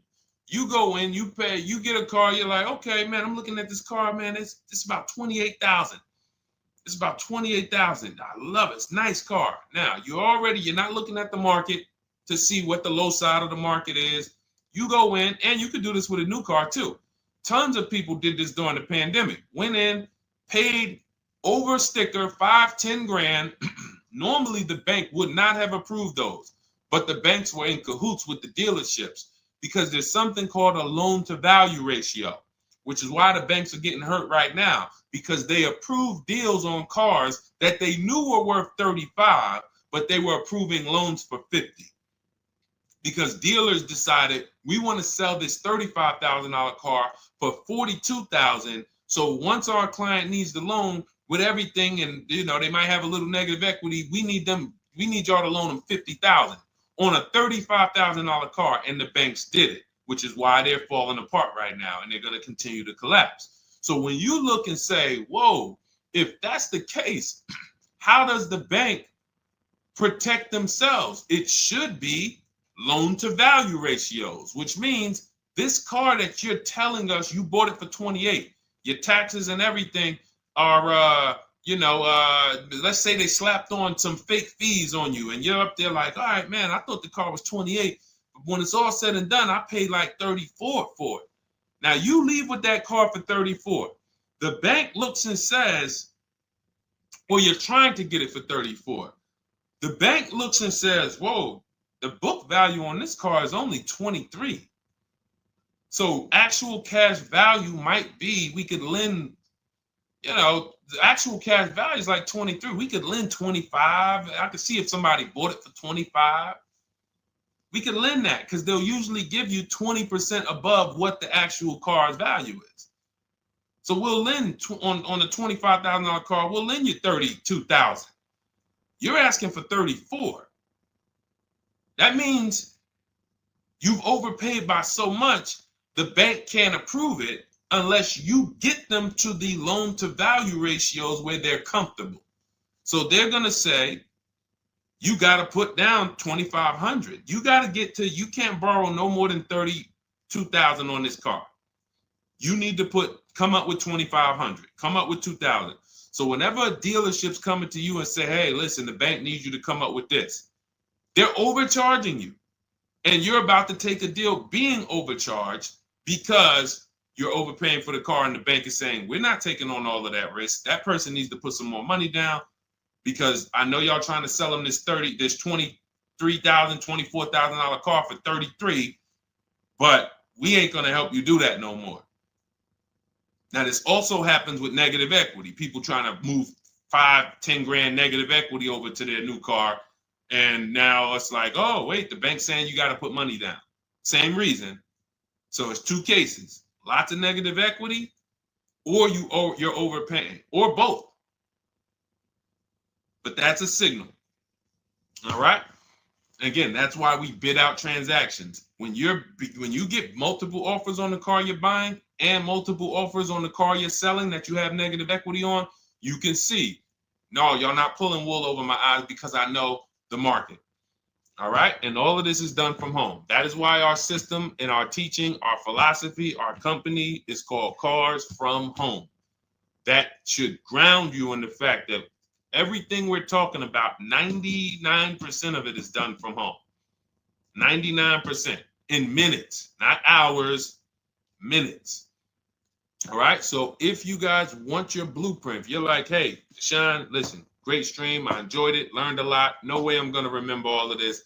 Can I get the whole blueprint step by step? That is my digital book, Cars from Home. This is specifically for people who are like, I don't like car shopping. I'm not going to know all of this stuff. I want to enjoy my car shopping process. I'm tired of having buyer's remorse. I'm tired of leaving the dealership hoping I won, wishing, I don't want to talk about my numbers. Don't even ask me what I'm paying. Don't ask me what I paid. Don't ask me like that. You can see people from our school, look, they're already always posting their numbers. They never post without posting their numbers because they're confident in them. $50,000 car for Ken, $585 a month, no money down. Look, Jen, she gets a 2025 Honda Pilot, $50,000 vehicle. She saves almost $6,000 off of the price, $5,600 off the price. We could do this all day long. Oh, this is a long one. Oh, graduated. I put $1,000 to hold the vehicle Saturday. The dealership we ended up made the best deal, easiest, quickest process, little over 2-hour drive away. That is a signal. What you're going to see a lot, and y'all are going to get used to it, is driving an hour, hour and a half to go to get that car from the dealer who won the bid. Convenience costs you money. Every one of our students, our book readers who use what we teach, they are absolutely prepared to be, oh man, the dealer that won the bid, they're taking off $15,000. Man, they're 2 hours away. That's a nice drive, ain't it? Nice drive. Oh man, I'm driving I never made this much money on a drive before. And then you start to see most of these local dealers, they think they got me because they see my zip code and they're like, well, this person ain't gonna shop. So listen, hit them at this price. They don't realize that that dealership an hour and a half away is like, hey, we got the car. Hey, we'll sell it to you for this. But they never expected you to find them because most people don't find them. So that is the Cars from Home system. It's very simple, 7-step process. I walk you through it. And in my digital book, you'll have all your questions answered because it's a step-by-step process. You literally just do one step, check it off. Next step, check it off. Next step, check it off. By the time you get to step 7, you're setting up your delivery of your car or you're going to pick it up. All right. But it's normally $97. Part of my welcome offer, 30 minutes only. You can go grab a copy for $24, 75% off, and you will have it in your inbox. Make sure as soon as you get your book, you screenshot the thank you page, has my support team's email on there, just in case the book's not in there in the next 10 minutes. Maybe you type your email wrong. Make sure you check your junk and your spam folders. But go grab your copy. You'll have everything that we teach in a step-by-step manner. You'll be able to get cars in 60 minutes, 90 minutes from home, and you'll start to enjoy the car shopping process. All right. You'll be sending me your email just like Marie and Ken and Milligan, all of these people. You'll be sending me your deals. Okay. And for those of you, you have a different learning style, you can look into, you've been seeing us sharing a lot of these Facebook posts from our group. Our Cars from Home Shop with Deshone program is video checklist instead of book checklist. So if you're like, I'd rather have some, 3 to 5 minute videos that I can watch and walk me through the steps, that's our Cars from Home Shop with Deshone program. We have our private Facebook group where you got 1,600 people that have come before you. They're always answering questions. I'm in there 4 or 5 days a week. And then we do 2 coaching calls a month, first and third Wednesday. We actually got one shortly we're going to have. And, you get hands-on guidance. So that's hands-on, and some of you might like us to totally shop for you. That's going to depend on if you qualify. I would rather teach you to fish. The only reason we created Done For You is really for the wealthy people. I don't want you paying us to go shop for you. I would rather teach you to fish. But I know there are people who your time is so valuable, whether it's the money you make per hour. I could show you how to do this in 60, 90 minutes, 2 hours, but you would still say, I'd rather you guys do that. I got money to make. I'd rather be with my family. I want to be doing other stuff. Here, I pay for services that I believe in. That's why we created Cars from Home Done For You. I would much rather all of you learn to fish so that you can do this over and over and over again. Teach your kids, teach your family, teach your cousins, teach your neighbors, so that everyone knows how to do this Cars from Home shopping process. Okay? But if you're in that category, in that class where you're like, Deshone, no, I'm that person, then you book a call with our team and see if we can help you with Cars from Home Done For You. All right, so that's our stream for today. We will be back. Lady V, I talked about the updates. I think you asked that question and then you jumped off the stream. So just watch the replay and you'll see there's new videos coming to day 5. The 25 to 5 process is being updated. So just as soon as you asked that, we talked about that for maybe about 5 minutes on here. I guess you jumped off. But yes, we'll be back tomorrow, Thursday, noon Eastern time. Meet us here with your questions, and we look forward to it. We'll be rebroadcasting this for those who didn't catch the whole show. We'll be replaying this throughout the rest of the day, and I'll see y'all tomorrow. Thank you. Thanks, DJ.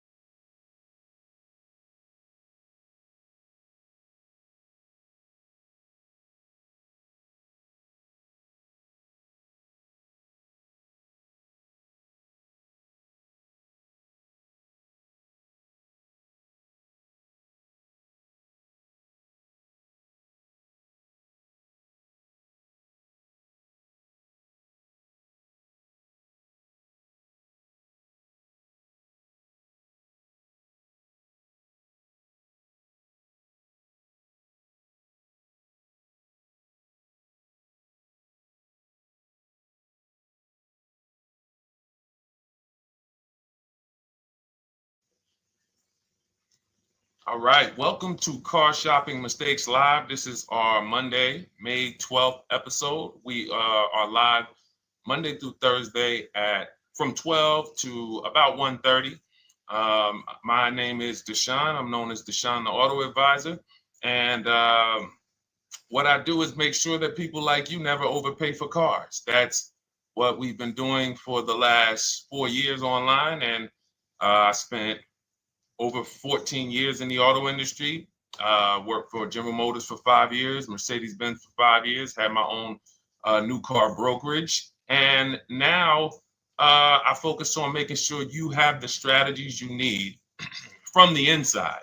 So what you're going to see is my perspective is very different, being inside dealers for 14 years. And so you can feel free to start typing your questions. Again, we are live every Monday through Thursday. You can mark your calendar so you don't miss a show at 12 noon Eastern time. And no question is off limits. There's really nothing that I think is going to catch me off guard. So, feel free to start throwing your questions out.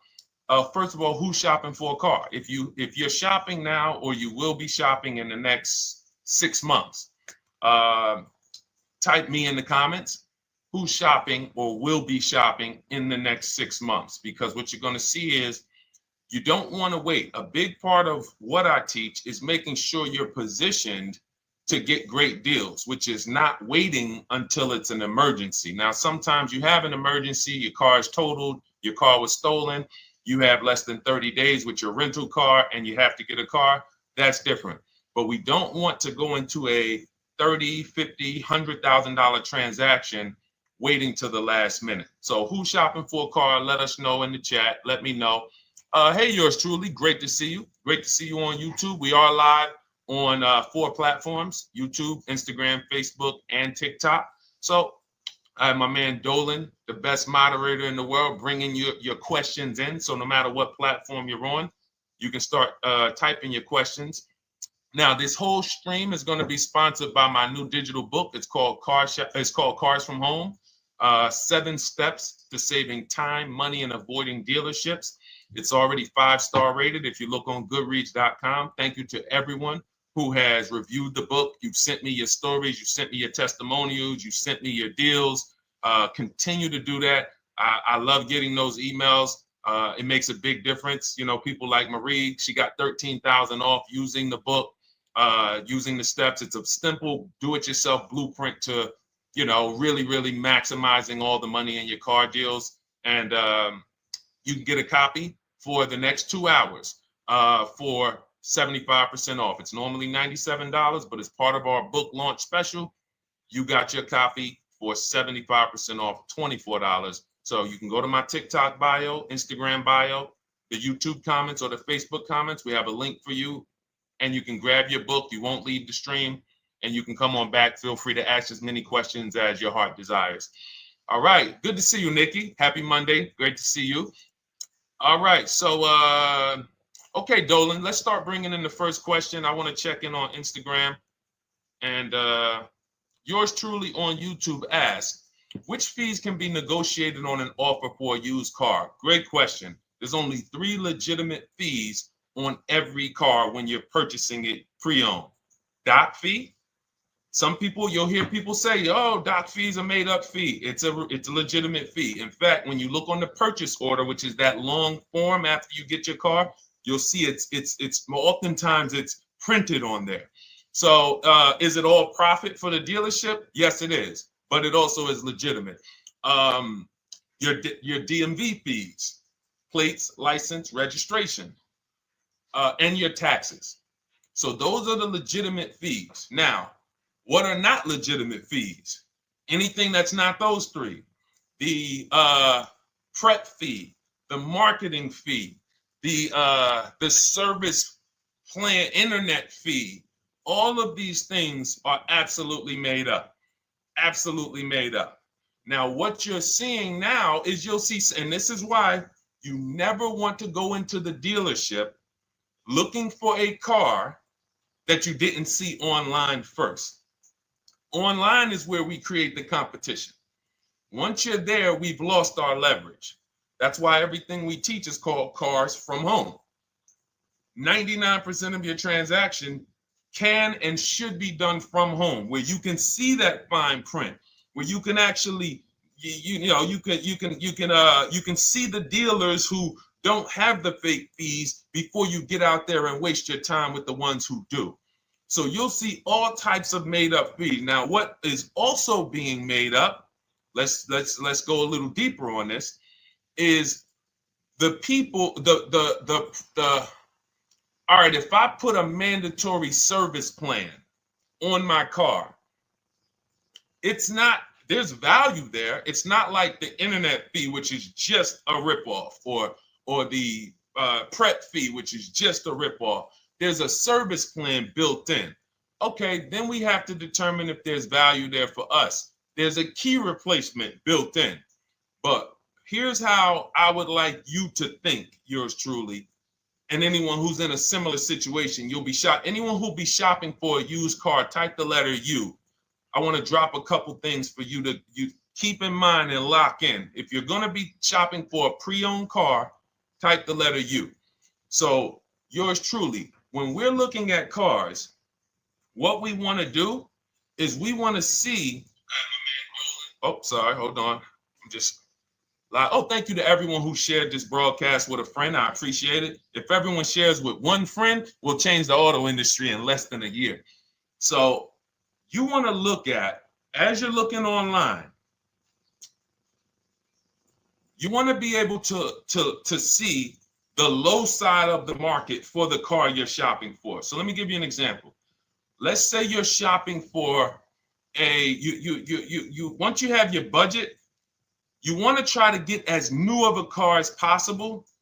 If you don't see cars in that budget, go 1 year back. I always like to do 100 miles.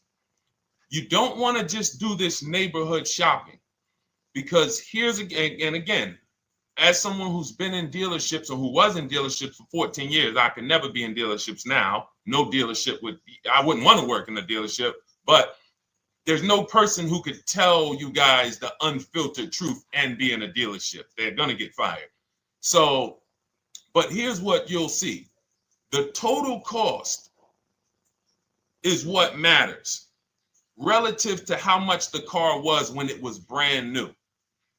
I don't want you to pay attention to what they're offering the car for, because that is a made up number based on algorithms and market. Who's ever seen somebody, sometimes you're on a website and it'll say, this car it's a fair deal. It's a good deal. It's a great deal.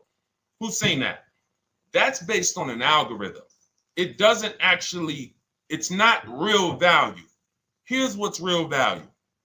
Let's say you're looking at 4 Honda Pilots.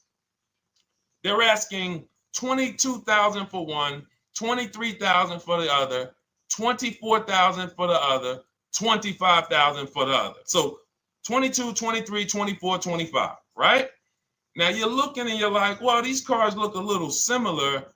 You know, this one, what's the best deal?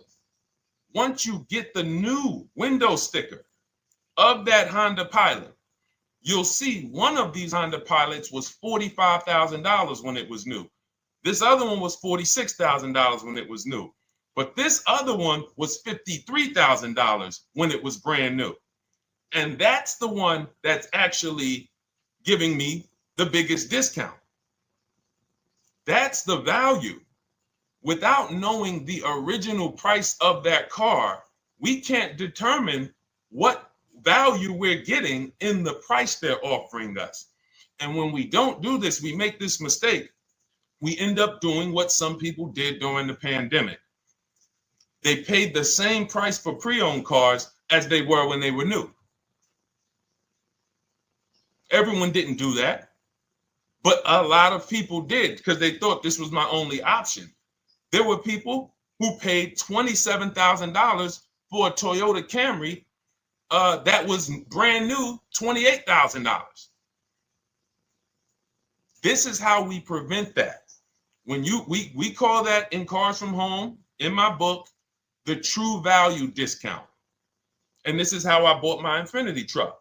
I was literally looking at 3 of them, 4 of them. They all had similar prices from 30 to 31.8. And literally the one of them was 46, one of them was 48, one of them was 52, and one of them was 55. So when you do that math, and I have a calculator in my book that does it for you, but it's simple. You just put the MSRP in and you create and you divide the asking price into the MSRP. And you'll see, oh, wow, this deal is giving me 42% off. This deal is giving me 30% off. So you see how simple it is now to shop when you look at it, when you're looking at it that way. Oh, this deal is giving me 30% off the original price. This deal is giving me 44% off the original price. Then you weigh those things out. Now, how? I know what some of you are thinking, Deshone, how do we get the original window sticker? You get the original window sticker. Some brands have it on the Carfax. They have a deal with Carfax. And then sometimes you can Google Maroney label. You're looking for this. I'll show a picture of Maroney label. That's a window sticker. This is what you're looking for. Maroney label. And you can do window sticker, new window sticker. There is a service out there that gets them for $5. Again, I'm not affiliated with it, but here's what you should be looking at. That $5 is like my inspection on a home. I'm only doing this for my top 3 to 5 cars. Top 3 to 5. And once I get that, boom, now, if you're not doing this, there's no way you can get great deals on used cars. It is literally impossible because all you're doing is basing it off of smoke and mirrors. So I'm here to tear back, to reveal this whole industry is smoke and mirrors. It's all about psychology, and it's not about you winning. It's about dealers making you think you won. Hold up. Wait. Wings Buff on Instagram said the audio is not working. I smell sabotage towards you. Let me know if the audio is not coming through clear. Let me know, and we'll try to adjust it. I don't know. Yes, exactly, Amanda. It's called real value. Real value. We call it the true value discount. That's what it's called. So it's biggest discount from the original price. So when you're out looking for pre-owned cars, your only mission is to look at, you can ask the dealer sometimes, hey, you got the original price of the car? Again, you don't buy a new car without it. Thanks, Creole Queen. I appreciate it. She said on TikTok, we're fine on TikTok. I don't know why it may be coming through different on Instagram, but maybe log out, log back in, and let us know if it's something that is just coming through on Instagram. But you'll see the difference. Type $ if y'all understand that before we move on, because we got a lot more questions coming in. But without getting the new car price of the used car, it's impossible. We can make up a price. We can literally just make up a price. Oh, we're asking $32,000 for the car. How do you know that's a good price? But when you know, oh, that car was originally $61,000, they're asking $32,000 for it. Oh, I saw another one over here. They're asking $30,000, but the original price was $50,000. It's not a good, you get what I'm saying? Lower price, which is what most people flock to. Oh, this one over here is $1,000 less. But that $1,000 less is getting you $8,000 less vehicle. Okay? Type $. All right, yours truly said she's good. Did y'all get that? Y'all getting this? Let me know if y'all getting this. All right. Thanks, Sweet Now. All right. We are live. This is our Monday, May 12th show. We do these shows Monday through Thursday, 12 noon to about 1:30 p.m. Eastern time. So we'll also rebroadcast the replay throughout the day. So if you couldn't catch it live, definitely catch the replay, and you'll be able to catch up on anything you missed. EJ, great to see you on Facebook. How do I buy a Tesla since they only are online and at one price? Great question. You don't negotiate with Teslas because they are actually one price. So when you look at a Tesla, you're actually looking at something none of the car dealers do, but they want to make you think they do it. One price, which means when you come into a Tesla in New Jersey, same price in California, same price in Florida, same price in North Dakota. Every other brand Every single car is individually owned and operated. Every car dealership. And, I remember like somebody came on the show and said, oh, Nissan is overpriced. I said, no, whatever Nissan dealer you went to was overpriced. There's another one probably 10 miles away. There's another one 15 miles away. There's probably 8 more of them within 25 or 30 miles. When they can make you think, oh, we're all the same, they got you. Big mistake. Very expensive mistake. Thinking every dealer is the same. They're all different. Even the ones that are owned by the same people, most times are still in some competition with each other. But Tesla, unless you're buying a pre-owned one price, no matter where you go, no negotiation. That's what it is. No other brand is like that, though. Go ahead, Dolan. Next question. Good to see you, Nia. Good to see you, Chantel Davis. Vanessa, good to see you, Maze of Empathy. Jonas checking in on TikTok. Great to see everybody checking in. Yes, exactly. Now, I'm actually pulling up something from my first book. It was called 52 Car Buying Questions Smart People Don't Ask That Cost Them Thousands. One of the questions was, how, when, and why should you visit a car dealership? How, when, why? There's only 3 reasons to be in a car dealership. 3 reasons. That's it. You're there to pick up your car because they don't deliver. You're there to test drive a car, or you are there to have your car that you're selling them appraised. That's it. You're meeting with the used car manager to have a car appraised. That's it. Everything else we do at home if you want to get the same results that the people are getting who are getting. Look, this is Christopher. Thanks so much for these resources. Read your entire book last night. I've already been underway trying to put my deal together. What a great book. I have my quotes together, and now I'm ready to take the next step with the calculator. Now, what he's talking about, notice he said I have my quotes, plural, because we teach something called the 25 to 5 strategy. You're connecting with 25 dealers. This is for new cars and leases. Different process for used cars. You're connecting with 25 dealers online. I'd show you how to do that in 20 minutes. This is not car buying school. We're getting these cars and these deals in literally less time than it takes you to visit one dealership and buy a car. You'll be there for 8-9 hours. We'll put in a couple hours over a couple days. And I'm getting them. Eventually, you'll be able to be as quick as me. I get cars in 60 minutes. Does not matter what I want. 60 minutes. If I'm following up on a deal a couple of months, maybe 90 minutes is going to take me. You'll get there eventually, but in the beginning, take you a couple hours from home. Because what you're doing is you're creating a competition. You're using the internet to create a competition. So we get 5 offers on every car. We will not buy a car without 5 offers, because the only way that you're going to see the 80%, we call them the 80%. That's 80% of dealers that are overpriced. The only way you're going to see that is to get 5 offers. It's going to blow your mind. That's when the veil is lifted. The first time now, if you want to do it your way, you want to call around, get the offers, call around, ask for it, try to not, fine, do it that way. As long as you talk to enough dealers to get 5 offers, because then you're going to see, whoa, they've been playing me. How is it that I'm shopping for the same car? I called and got the same. I called on this Hyundai Sonata.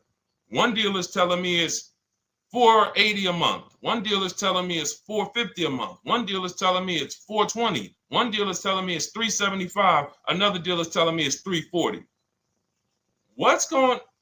That's when you know you did it right. So and here's how you know you've done it right. If you don't see a $3,000 to $5,000 spread from your best offer, which we call the 20% dealers, to the worst offer, you didn't shop correctly. We have people all around the country, We've been helping people since 2021. In fact, during the pandemic, we had people really killing it because they were selling their cars for 7 grand, 12 grand more, putting that equity in their bank, doing leases, no money down. So it was a phenomenal time for people who had cars to replace and were making dealers bid to get their new cars. So doesn't matter the market. But until you actually do it, you're not going to, it's harder for you to believe it. You get what I'm saying? It's harder for you to believe, wait, you mean 8 out of 10 dealers are overpriced? 8 out of 10. That's why you must get 5 offers for you to see, wow. My highest offer is $200 a month more, and that's my local dealer. That's the dealer that's 20 minutes away, because oftentimes some of your closest dealers, when they see your zip code, they'll be like, oh, this person is not going to shop us. Let's give them this offer. It's that dealer that's 45 minutes away, an hour away, when they get your notification on their website and they're like, whoa, okay, this is a person in our competitor's market. Let's take this deal from our competitor. It's going to blow your mind. And then it'll be changed. Right now, you're just being exposed to the information. And the same thing on used cars. The best value used cars are $3,000 to $5,000 less than the highest price used cars. It's just what it is, because 80% of dealers are going to, even when they say it's their best deal, who's had a dealer say that to them? That's our best deal. That's the best deal we can do. Listen, that's the best deal we can do. Who's had that? Raise your hand. Who's in their car buying purchase, in their shopping, has heard a dealer at any time say, hey, that's it. That's the best deal we got, right? They're not lying. They're just not going to do, they'd rather you leave and they'll sell the car to someone else. Because they're like, we're not going lower than this. But here's the thing, their competition will. That's their best offer. It's not their competition's best offer. So it's very important to understand that. Okay? All right, let's go, Dolan. Let's keep it going. Next question. Oh, good day. I'm glad you got the book, EJ. Use it. Win. Send me your success stories. Continue to just follow it step by step. Ask yourself, what step am I on? It's like a checklist. Boom, that step's done. Go to the next one. Boom, check. Go to the next one. Hey, I'm looking for a car right now. I have 7 to 10 grand. Which way should I go? Well, I mean, if that's your budget, you probably can look for, and this is not what I teach, but I do have we call this a smart car. It's not that type of smart car. The little one stands for saving money at the right time. And if I got 7 to 10, what I'm looking for, I'm on Facebook. I'm looking for something. See, and this depends on what you need. See, needs, you pay for 5 things in a car. You pay for 5 things. Remember this. Size. So anyone who's like, oh man, I need to save money.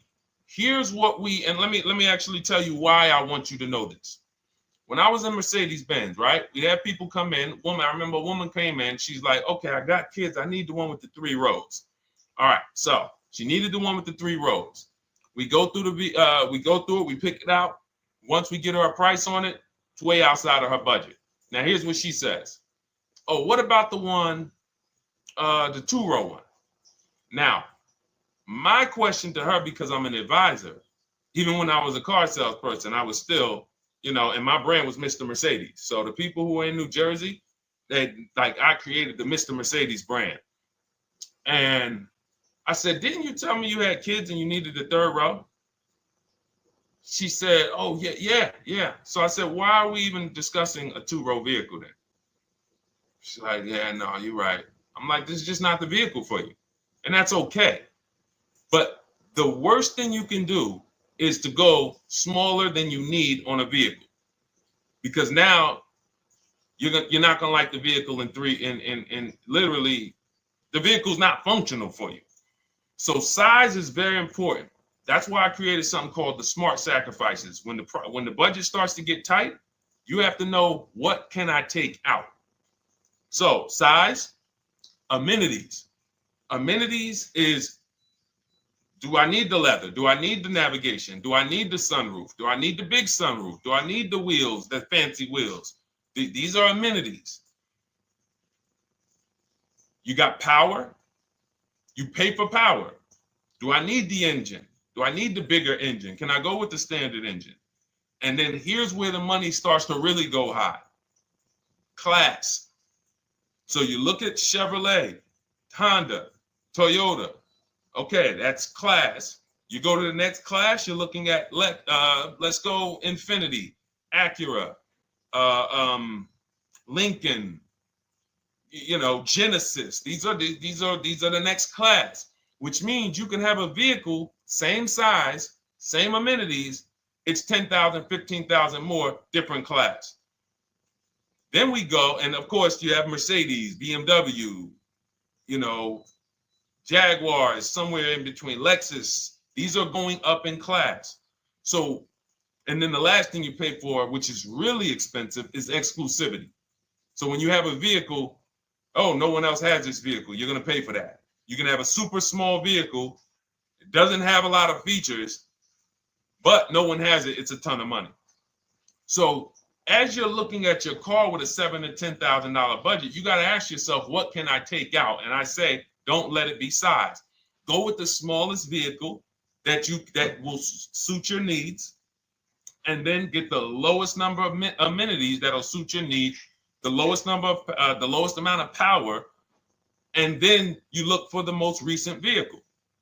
And I would look for something. Let's just say, for example, someone's looking at a Mazda 3. It's a $25,000 vehicle, brand new. I don't need the leather. I don't need the fancy stuff. I don't need a big bunch of power. I could probably find one for 10 grand that's not too old, maybe about 5-6 years old, if I'm looking correctly. But you have to know what you can live without, because if you go and do what most people do, most people are not going to listen to what I'm saying.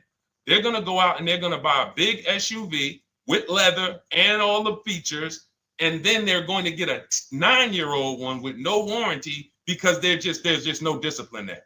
See, the things I'm talking about, the disciplined people, the people who are financially astute, who's like, Deshone, I never knew that car buying was this serious. How, like, I'm overspending by $5 grand every car, a minimum. There's no way that you're not. So these things weren't taught to you. None of us were taught how to buy a car. We were literally indoctrinated into, this is how you get cars, ladies and gentlemen. And who indoctrinated us into that? The auto industry. The auto industry. No one told us, oh, create competition, shop for cars like you shop for other things online. There is an internet, no one taught us that. So you have to say to yourself, all right, boom, I got to unlearn so that I can relearn the new way to make sure every time I get a car that I love and I get the most for my money, which is not what most people are doing out here. There's blood in these streets. You hear people, oh, there's no cars, there's no deals. They're walking in the dealer saying this stuff. Like, you're going into a person who wants to sell you something and giving them all the strategy, all the ammunition to sell you, raise the price. Hey, man, I've been looking for this car. Not many people has it. Cha-ching. Thank you for telling me that. Oh man, the tariffs are coming too, right? I hear the tariffs are coming, so things are getting more expensive, right? Yep, absolutely. Yes, they are, Mr. Customer. Thanks for saying all of this stuff. That's how most people buy cars. That's why the auto industry is just printing money on the public. So you got to change your behavior, and that's what we do here. And it's easy, and it's fun. You look at the people. Look, and we'll take some more questions because I see we got one that just came from Nurse Gregory. I got you on TikTok. So this is our Monday, May 12th live show. So we are live. You can feel free to type your question. We rebroadcast this show throughout the day, but we are live every Monday through Thursday at 12. So, but look, when you look at the confidence from Brian. Look, just finalized my deal. First ever lease using your system. 2025 Honda HR-V Sport, $30,000 MSRP, $395 a month, 1.2 ratio. That means he understands how to value leases when he's putting his ratio. 12,000 miles, 36,000 miles, 36 months, no money down. Initial quote was 434. Then he used our calculator, and the counter offer came down to 394. Listen to the confidence. Look, I bought your book, use your system, just closed my deal, have positive results to report. A caveat is I wanted a newly released 2026 Genesis, not even out yet, not even out, GB70. And there are no incentives. I could have gotten incentives on the 2025. However, I wanted the 2026, was willing to pay. I reached out to 20 dealers. We show you how to reach out to 25, but on a Genesis, may not have been as many dealers because it's more of a luxury brand. They haven't built as many dealers for Genesis yet.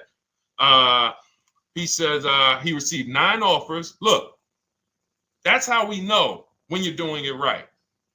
5 offers, 9 offers, 7 offers. How many offers do you get? Thanks, y'all, for running those likes up on TikTok. Could y'all just keep double tapping the screen every time you hear something you like? You're going to see those likes continue to run up. See, this is it. I'm happy with this. Look, he gets an $815 a month payment on a $58,000 vehicle, 1.4. Now, again, 1.4 is incredible value when you add up those payments relative to the MSRP and taxes. Our goal with leases is to be under 1.5%. Now, I know for a fact he could have gotten about 1.2 on a 2025 Genesis because I just saw a person who's using our system get that. Phenomenal deal. But he wanted that 2026. So he gets his bids. And again, until you see the other offers that are 150, if every single time you get a car, you're not seeing $3,000 to $5,000 minimum from the car you get to the other offers that were offered to you, then you weren't shopping correctly. And again, if you want to do it yourself, you want to call around to get quotes, feel free to do that. We do this all online without talking. Who doesn't like to talk to dealers? Type me in the chat. You don't like to talk to dealers. So the people who are using our stuff, they're not going in trying to remember, oh, I'm in the dealership now. Let me say, what did Deshone tell me to say? All right. Oh, man, I'm not supposed to tell them about my trade-in. That's old 2005 stuff that car dealers been on. We've been knew about that stuff, that you were holding your trade-in till the end. That's why we're going to ask you questions that you're not really ready for. Hey, Paul. Hey, good to see you, Paul. Thanks for jumping in, coming in today. The car you drove up in, whose car is that? That's what you've been driving for a couple of years? Yeah, okay, yeah, that's yours. Okay, perfect. So we are already trained to ask you questions that we're going to get the information. So the only way, I'm not training you to go in and do battle and negotiate with someone who negotiates 3 times a day, 5 days a week. When you step back, start making dealers negotiate with themselves. That's what bidding is. You're going to see, whoa, it's easier to save money from home than it ever was going into a dealership. All right. Good to see you, Jamel, on YouTube checking in. Good to see you, Paul, on Facebook checking in. We are live on Facebook, Instagram, YouTube, and TikTok. And for those who, hold on, let me see. Do I got any sharers? Who shared the broadcast? Raise your hand so far. Raise your hand so far if you shared the broadcast with a friend or if you hit the share button. Nurse Gregory? All right, Nurse Gregory, send me a DM. You got a free copy of my book. Let's see. That's it. I don't think we have any. No, if you share now, it's too late. So I wanted, let me see. Because Nurse Gregory, you have been on the show for a little minute. See, I do that stuff every now and then. I do that stuff every now and then. That's why when I ask you guys, like, to help me get this message out so we can help more people, you never know when I'm going to just say, you know what? You got a free copy of the book. So, I ask you guys to continue to share this broadcast so that we can help more people. Like, this is not about, because follow me. until most of the country is actually shopping from home, it makes our job shopping from home a little bit harder, because literally dealers know on a weekend, they come to us on Friday, hey, how many appointments we got? We got 200. 200 over the weekend. So they expect you guys to walk in. So until that goes from 200 to 100, and they're like, whoa, what's going on here? Whoa, people are not really walking in anymore. We're getting half the appointments. Oh, wait, what's going on? We only have 50 appointments. Memorial Day weekend, we got 100. We're normally at 300 appointments over a Memorial Day weekend. So until we start doing this collectively, it's hurting. It makes all of our jobs a little bit harder. So that's why I appreciate the people who share the broadcast. Yep, send me a DM. Okay, so let's go. We got more questions coming in, so pull them up, Dolan. Let's go. And this whole stream is sponsored by my new digital book. It's called Cars from Home: 7 Steps to Saving Time, Money, and Avoiding Dealerships. It's already 5-star rated. And, I'm reading a couple of the testimonials. Thank you to the people on Goodreads who reviewed that book. Thank you so much. And it's normally $97, but as part of our welcome offer, you can get yours for $24. That's 75% off. You can go to my TikTok bio. It's only for 2 hours. So once that 2-hour timer goes to zero, price does go back up to $97. So head to my TikTok bio, the Instagram bio, YouTube comments, or the Facebook comments.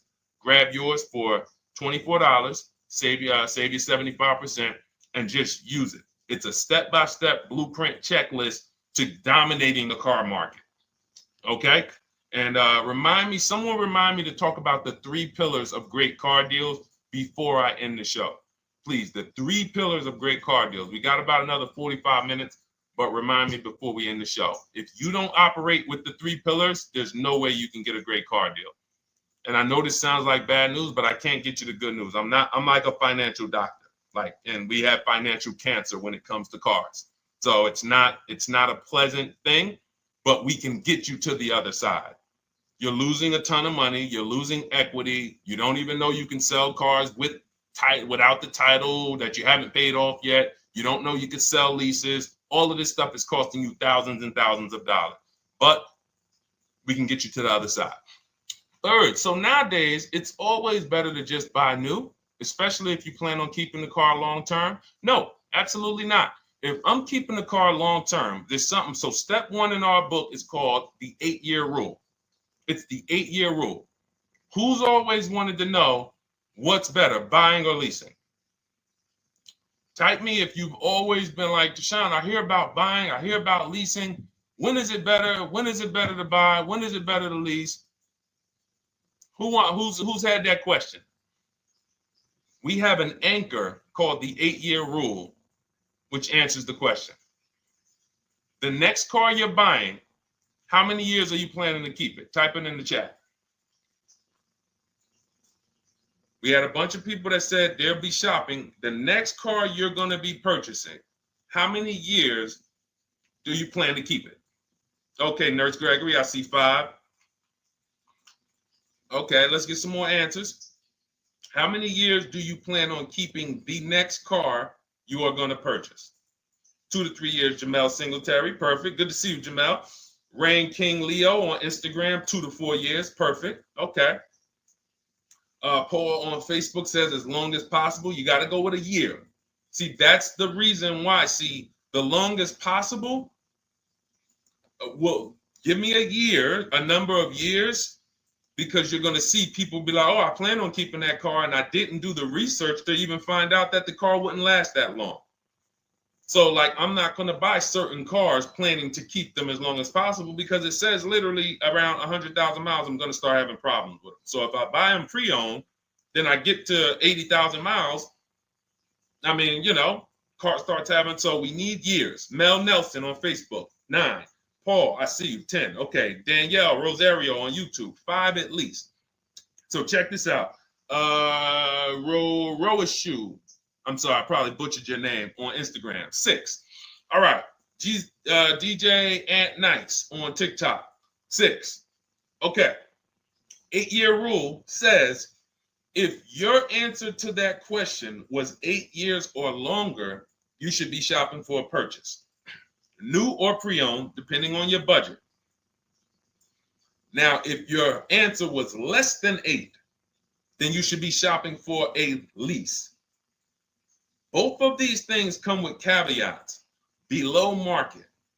Not these lease deals you see on commercials. Those are not lease deals. I don't even call them deals. None of those prices, as you guys see me share the leases that my students get all around the country and the people who read my book, you're going to be like, wait a minute. Those don't sound anything like the prices I see on the commercials. They're not. We get below market leases. And most of the time with no money down. We always shop with no money down. On a purchase, you need a below market purchase. Again, you should see $3,000 to $5,000 above on other cars that you didn't buy. So the car you got, whether you're purchasing it or leasing it, it should be $3,000 to $5,000 below the other offers that you've seen, the other cars that you've seen online. So when we look and say, do we go new or pre-owned? And I know some of you got shocked with who was taught never lease a car. Like when I just said the 8-year rule, and I said, hey, all of you who your answer, Jamel, 2 to 3, you should be shopping for a below market lease. Dario, YouTube, you should be shopping for a below market lease. Madison, Marv on Instagram, below market lease. Yep. Rain, you've had your car for 3 years. You're already debating getting rid of it. You should be shopping for a below market lease. Yep. Nurse Gregory, below market lease. DJ Ant Nice, below market lease. We'll talk about that in a little bit. You can ask why. But raise your, if you were taught never get a lease, never lease a car, let us know in the chat and we'll handle that. But I want to answer the rest of this question because he asks, is it always better to buy new? So if his answer, for those of you who said, I'm keeping more than 8 years, I'm not breaking the 8-year rule, I'm shopping, don't think about leasing. You're keeping at least 8 years, leasing should not even be in your vocabulary. Now, new or pre-owned. That's based on 2 things. First is budget, because you want to go over your needs and say, what do I need? Can I get everything I need in a car for my budget? New? No. Most times, you can't. So if you have a large budget and you're like, Deshone, I could actually go new or pre-owned. What should I get? Now that's a matter of your values. The values say, I've had 2 groups of people, long-term people. When I was in dealerships, some of you know I was with Mercedes for 5 years, General Motors for 5 years. I've been in the auto industry for 14 years. People would say, Deshone, man, I only get a new car. I'm like, yeah, I only get a new car every 10 years. That's why I get my new car. I'm going to treat myself. That's values. Now, some people say, well, I could afford both, but you know what? I want to knock 20, 30, 40% off the price. That's values. So it's a matter of your values. If you can afford both. But no, there's no one-size-fits-all formula. That's what got you guys in trouble. That's where you get in trouble at. Listening to people online and say, all of you should do this. All of you who's heard people say, this is the funniest thing in the world to me. Who's heard people say some teachers, car gurus who've only bought 30 cars in their life, they think they're a guru. Who's heard them say, never buy a new car? No one should ever buy a new car ever. Who's heard that? Who's heard that? Who's heard that? I'm going to tell y'all how funny this is and how bad this advice is. And one day, I would love to be on a panel with like people who talk cars. All I need is 10 minutes. We're gonna rip them from leasing down to everything. So everyone should buy a used car, right? Oh, wait, I don't want to talk about your dad though. Miss you dad. She said I heard it from my dad. All right, but your dad probably is not saying everyone should buy used cars. There are people who say, all right, Paul, you've heard it. All right, Rain King Leo, you've heard it. So let me ask you a question. If we ask some of these people who swear, hey, none of you should ever buy, and they talk to millions of people, and they preach this, no one should ever buy a used car. So here's the question. how do the cars become used? If no one should buy a pre-owned car, if no one should buy a new car, rather, how do the cars become used? So let's just say you could snap your fingers. So if you had it your way, no one would buy a used car. No one would ever buy a used car, ever. So you snap your fingers, that would be your wish, right? Yes, exactly. So how do the cars become used then? So if something that you're suggesting could not get 100% market penetration, it's not a good idea. It's not realistic. There are people who should be leasing new cars below market. When you lease a car, you get a brand new car that year, 2025, all the latest and greatest. You're the first driver, unless you get a demo, which has maybe, it's a couple months old, within a couple thousand miles. But other than that, it's a new car. That's what you're leasing. Got to get multiple offers or they're going to overcharge you. You'll go in, you try to go in and, hey, work me up a lease deal. You'll be like, whoa, this doesn't sound like what Deshone said those leases. But that's got to say, because we don't go into dealerships to get lease prices. We stay at home and get multiple prices from home. You're walking into an 80% dealer. But yes, that's the difference. So the 8-year rule is to be your anchor for when I should actually be buying or leasing. And then once you go and say, I'm buying because I'm keeping 8 years, then you let your budget dictate whether you're going to shop new or used. And then you if you could afford both, it's a matter of your values. You want to treat yourself to a new car because you can afford it, make sure you get a below market deal, multiple offers, or do I want to get a pre-owned car so I can knock 20, 30, 40% off the price? Okay. All of this is in my digital book, Cars from Home, 7 Steps to Saving Time, Money, and Avoiding Dealerships. You can get your copy for 75% off for the next 2 hours. That's our welcome offer. And you'll have everything I teach about how to get below market leases, below market purchases, below market bank bidding wars. We created something called the bank bidding war. For those of you who are going to need a loan, where do you get your loan from? Some of you say the dealer. Some of you say, oh, I get it from my credit union. Some of you say, oh, I get it from my bank. This needs to be a bid, because whenever you're doing it like that, you don't know. How do you know for sure that that was the best interest rate you could have got? 2 points on a loan could be $2,000. 2 points. So if somebody said, oh, I'm paying 6.9, but you could have got 4.9, literally thousands of dollars.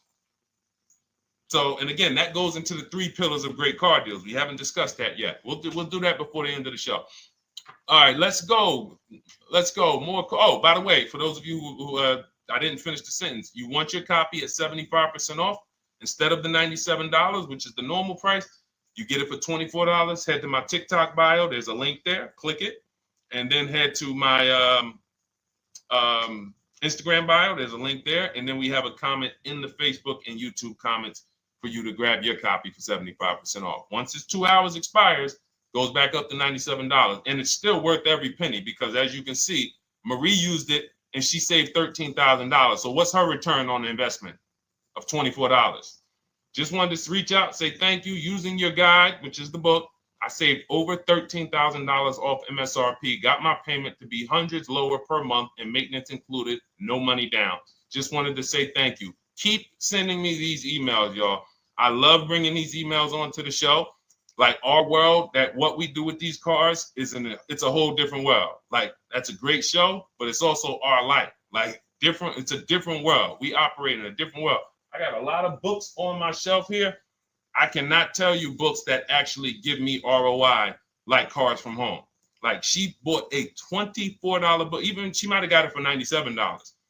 And she saved $13,000 on one transaction. What about her? What about her significant other, if she has one? What about her children? What about her family and her household? What about when her mom or dad needs a car? It's endless ROI for one investment. Okay? So shout out to everybody that got their copy. Please keep sending me your emails. I love getting them. Let's go, Dolan. Next question. Awesome, DJ and Nice. You're gonna love it. Like, let me just say this one thing. Keep Dario's Dario from YouTube, keep his question up. But I want to say this to you, DJ and Nice. My niece, she's 20. Some of you heard me talk about her on earlier streams. She told me, listen, Uncle, when she asked me, what should I do? I said, I knew she's not keeping the car 8 years. I asked her because there are some young people who just are not into cars. Like they will literally drive one car long term, but typically in your 20s, things are changing, jobs are changing, families changing. Your needs for the car may change. So I'm like, listen, 8-year rules. You should be shopping for a lease. You're going to save way more money. Most people go out there and they'll tell you go buy a used car, and they'll put you in a used car for $300, $400, $15,000 is only, that's $300 a month. They'll go and put you in a, $400 payment, $20,000 used car, $18,000 used car. You barely got a warranty. Maybe you got no warranty. So in a year, 2 years, you better have a tow truck on speed dial, just so, you never know. You get what I'm saying? Not saying it's a bad car. Used cars, 5-year-old, 6-year-old, no warranty. You better have roadside assistance. So I said, let's do this. Pick a new car, go drive one, pick one under $30,000. Because she said, I would like my payment to be like, under $350. I'm like, all right. She's got her credit to where it needs to be. This is why we should have our young people with their first credit card early, or as a what's the term? It's slipping my mind. When we add our our people to our account as parents, authorized user. And so she goes out, she drives the Hyundai Sonata. I said, okay, perfect. She said, I like the car. We get her offers. We started getting offers for her Thursday. By Saturday morning, her best offer was $338. We sent out counter offers because I have a counter offer calculator in my book. So when we get the offers, this stuff takes you minutes. Again, I'm not inviting anyone to college to be a car salesman. I'm inviting you to a system that will help you get cars in 90 minutes. So we get her offers. We send out the counter offer. We're probably going to land somewhere around because she only needs 10,000 miles. She's probably going to be about $295. Brand new car, 2025, $26,000 car. And so compare that. You get what I'm saying? So when you say DJ, and that was my experience. When I worked for General Motors, I went and leased my Pontiac. My boss is the one who showed me how to do it. I didn't even understand leasing. I was 22. He said, listen, even though I was selling leases, I was just a number. Most car salesmen are this. Y'all, this sound familiar? All right. That's what you want, sir? You like the car? Is this the color? Okay. Let me go get the numbers from my manager. You get what I'm saying? They don't understand the numbers, and that's how I was at 22. I didn't understand the numbers until I got hired at Ray Katina, and Ray Katina, all his salespeople are finance managers too. So that's where I learned the numbers. But before that, I didn't know how this thing worked.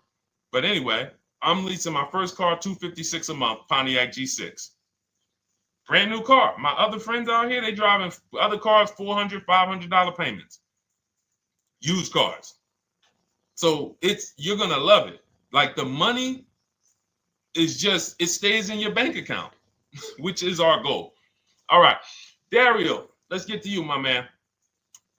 I'm about to finance my first car at 23 years old with a 769 credit score. Wow. I guess I should have read that question before I just went off on that whole story about my niece and everything. Let's look at Dario's answer to the 8-year rule. Dario, did you answer the question? Dario, how many years are you going to keep this? 5 at least. This is the part. This is the part where I don't know what to do. You get what I'm saying? Help me out here. Y'all get what I'm saying? Like there are times where I literally don't know what to do with this. Everybody, we talked about the 8-year rule, right? We went deep on the 8-year rule. I asked everybody I said, how many years are you keeping your next car? Everybody tapped in 10, 8, 9, 7, 5, 3, 2. I said, okay. Step 1 is the leasing versus buying question. What's going to save me more money? If you are not keeping your car 8 years, you are absolutely overspending by not getting a below market lease. Then, which I didn't even count on, DJ Ant Nice comes and says, hey, man, you talked me into getting this lease because I want to save the most money possible, and I'm not keeping the car 8 years. Then I walk you through a scenario where my niece, her first car, she's 20, she's about to lease a brand new Hyundai Sonata, and her payment's going to be $295 a month. Add that up, $295 a month for 3 years, $295 a month times 36 is $10,620. That is her payments over 3 years. $10,620 over 3 years, which means if we look at the $26,000 car she's getting, and then we look at the taxes and fees on that $20,000 car, we're probably going to be somewhere around $28,000. Oh, I'm sorry. I'm wrong, y'all. I just pulled up the MSRPs on that car she's getting. It's $28,500. $28,500. She's paying a little over $10,000 to drive a $28,000 car that with taxes and fees would probably put her around $30,000. A little more, but let's just say you get a little discount, $30,000. She's paying. So if she bought this car, what would that car be worth in 3 years? What would that car, if she bought a $28,000 car, $28,000? Throw some numbers out there so we can really try to help Dario and the people who just, all right, may need us to go deeper on this. You might need me to go deeper on this. You might be like Dario, like, okay, Sean, I didn't grasp it. Let's go deeper on this. What would the car that she's getting, my niece is about to get for $28,000, $295 a month, what would that car be worth after 3 years? $28,000 car.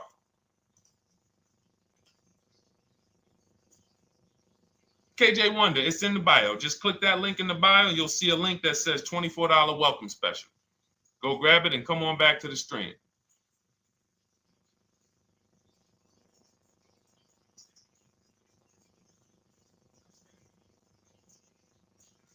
Anybody want to tap in?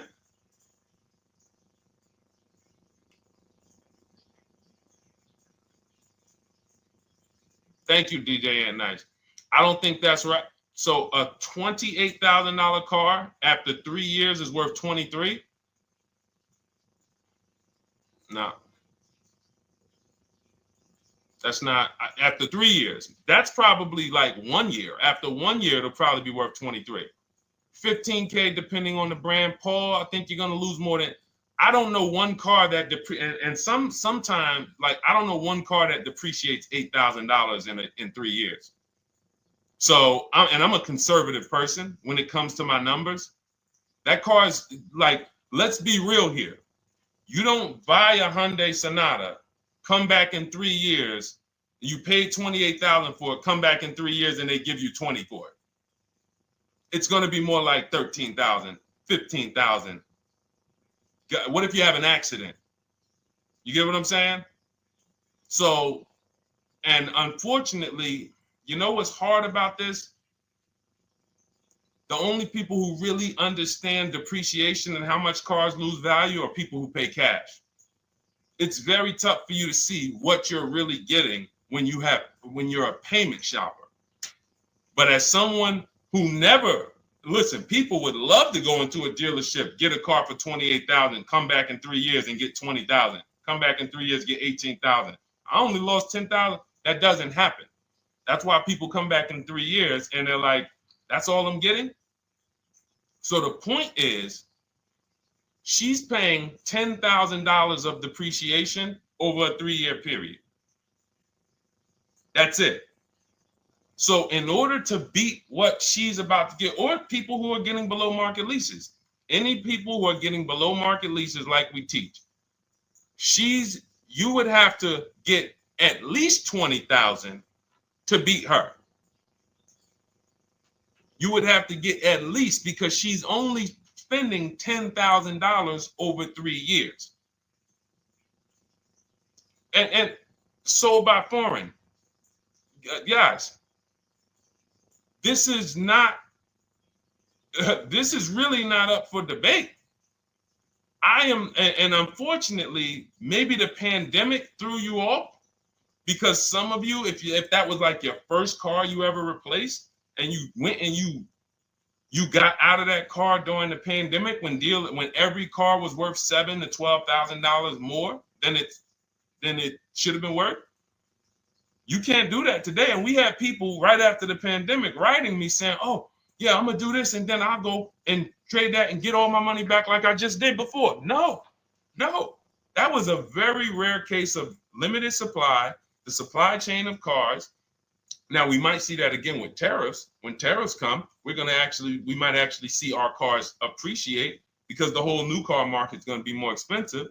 But cars are not, literally the depreciation curve on most cars are 15% the first year, sometimes 20, another 15% the second year, 10%, 5%, and then it gets smaller.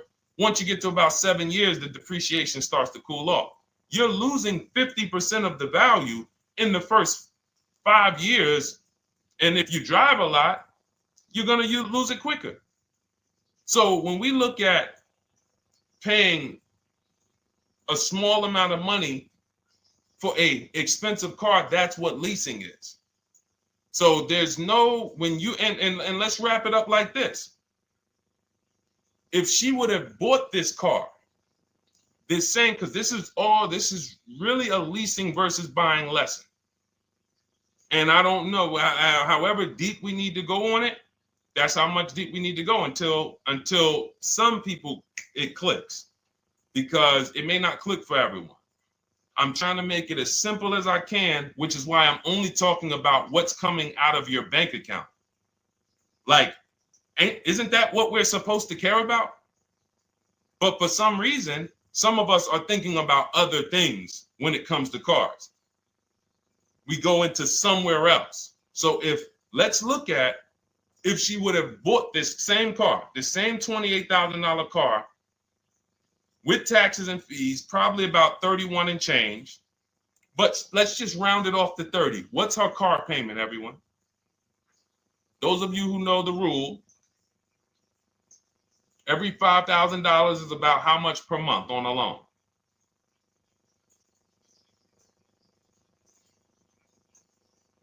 Every $5,000 is about how much on a loan?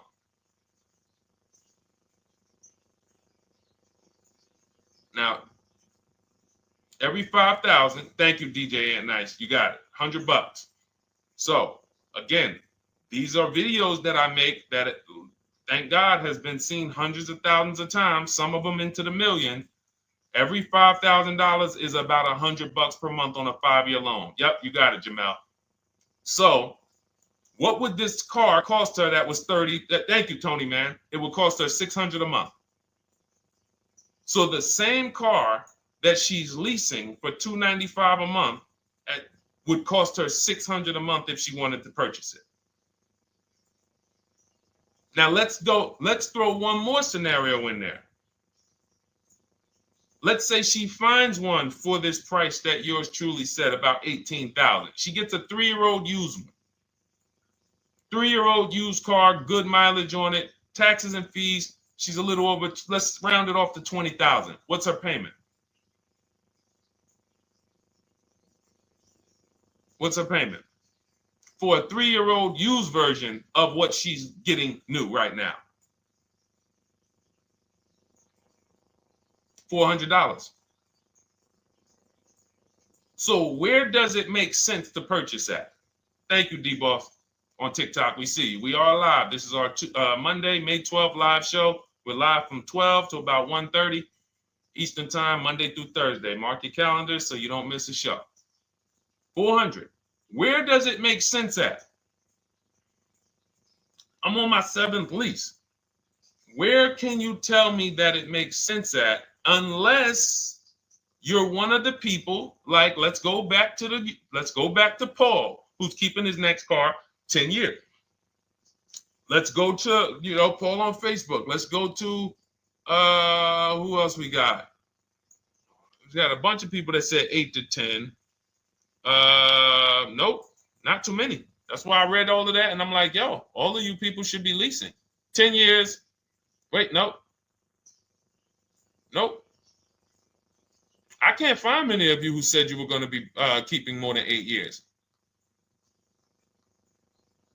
So where does it make sense at?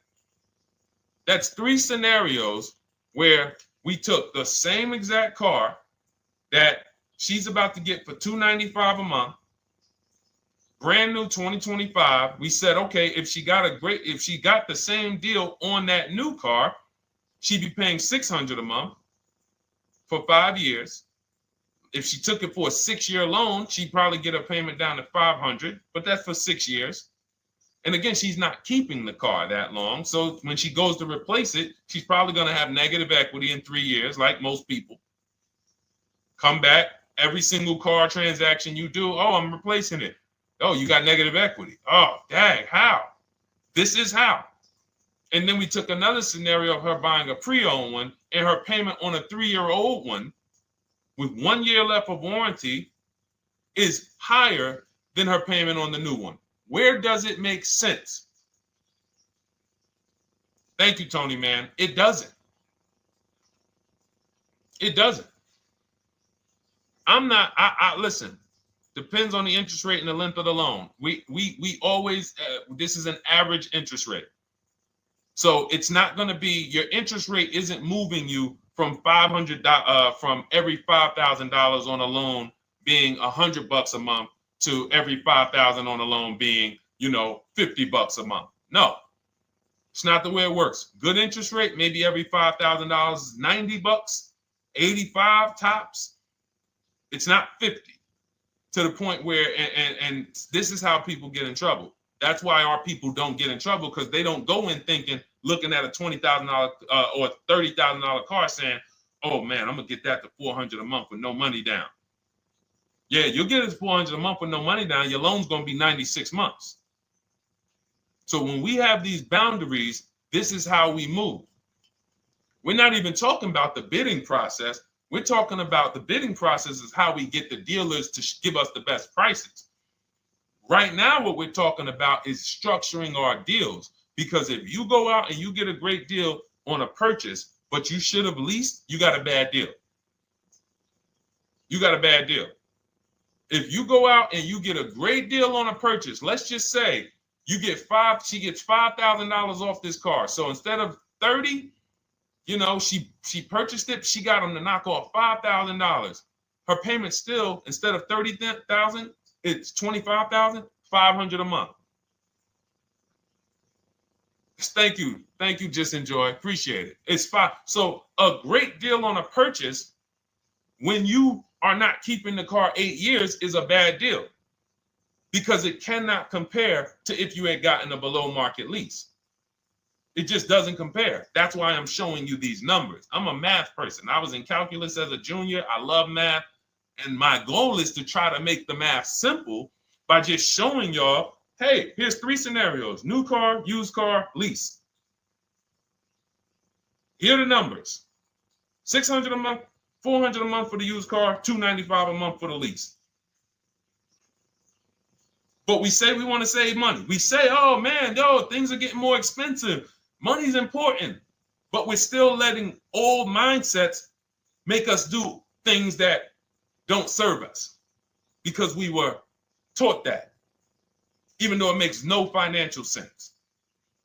So the hardest thing that I have to do is get you to unlearn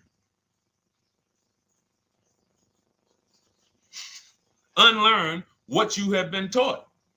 That's why I represent this brand, because I realize I can't do anything for you until you get rid of the bad stuff that you picked up. You didn't go to school and you were indoctrinated into, this is how they taught me to get cars, even though it makes no sense. It creates buyer's remorse. You leave the dealership hoping you got a good deal. I hope I did all right. You wouldn't bet a dime on it. If somebody came up to you, hey, would you bet money that you really didn't get a good deal? You would be like, oh no, I wouldn't take that bet. I don't. No, you have no confidence, no guarantees, nothing. And this is what people are still staying in. So when we talk, we're inviting you to the new way. We call it, this is the new way. And so everything that we're talking about, you can get in my literally my video, my step-by-step checklist, Cars from Home, 7 steps to saving time, money, and avoiding dealership. You don't have to worry about trying to remember this. You can literally get it in book form. It's a digital book. You don't have to wait for the mail. And the thing about the digital book is when something new happens, I update the book. Like a year ago, we had Room in the book. Room went out of business. If you had a physical copy that you had bought, now here I am talking to you about, oh, now guys, you got to get volume 2. No, I just went in, we update the master file, Room's going, process stays the same. So that's the thing. So it's normally $97, but as part of our book launch special, you can get your copy for $24, 75% off. It's a 2-hour only offer. So next 2 hours, if you visited, you'll see the timer. Once it gets to 0, the investment is $97, and it's worth every single penny. The return on that $97 will be incredible. But if you get there before the offer expires, you get yours for $24. So head to my TikTok bio, click that link, my Instagram bio, the YouTube comments, or the Facebook comments. We have a link there for you. Grab your copy for 75% off. All right. All right, Dolan, let's go. We got time for a couple more questions.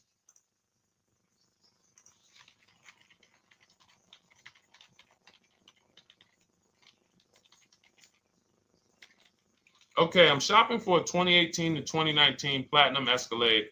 Should I buy in town, or what do you feel about delivery charges from out of town? I would compare.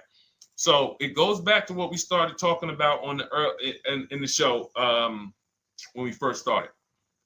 Total. This is why you need to know the original price. So when you know the original price, what you're looking at, and this is everyone who's shopping for a used car. Without knowing the original price, you're just grabbing at straws. You're buying based on made up prices. You don't know. How do I know? Oh, he's asking $65,000 for it. How do we know that's a good price? You don't. Buyer's remorse prone. Zero confidence in what you pay. But when we know the new price, oh, the original price of this one was $102,000. Original price of this one was $110,000. Original price of this one was $90,000. And when we get into more expensive cars, the losses become way more. To whom much is given, much is also required. So the losses on 80, 90,000, 200 Bentleys, Rolls Royces, the losses become multiplied dramatically. So if we knew, okay, this one was originally $102,000, they're offering this for $60,000. Oh man, they're giving me, 50, they're giving me 45% off. Oh man, this one right here was originally $90,000, but they're offering it to me for, $64,000. Well, they're only giving me 30% off. So you'll look, without knowing the original price, you're buying the wrong car because you're not buying based on value. You're buying based on made up prices.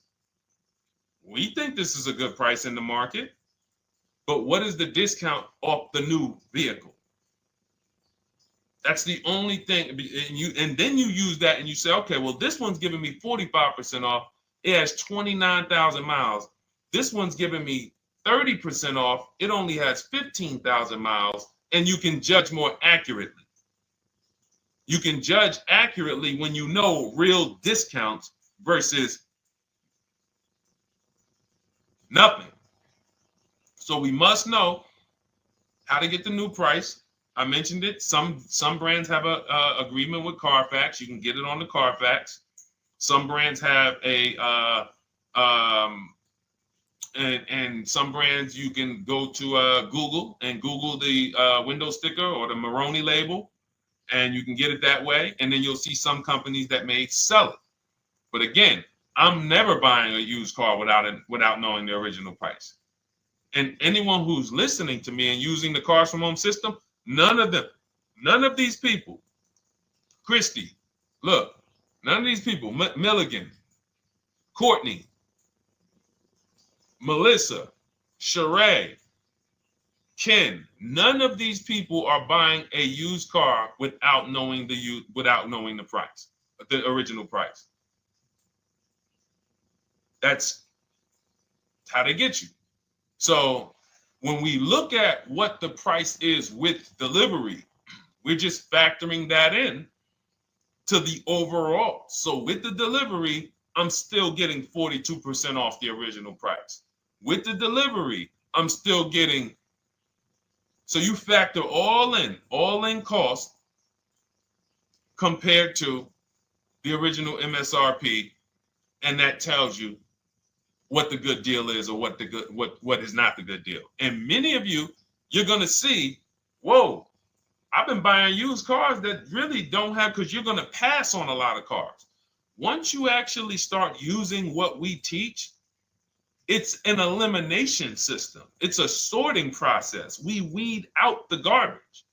So a lot of the cars that you would have normally gotten thinking it was the good deal, you're going to see, whoa, if I didn't know this, I would have got that car, because that car is $2,000 less money online.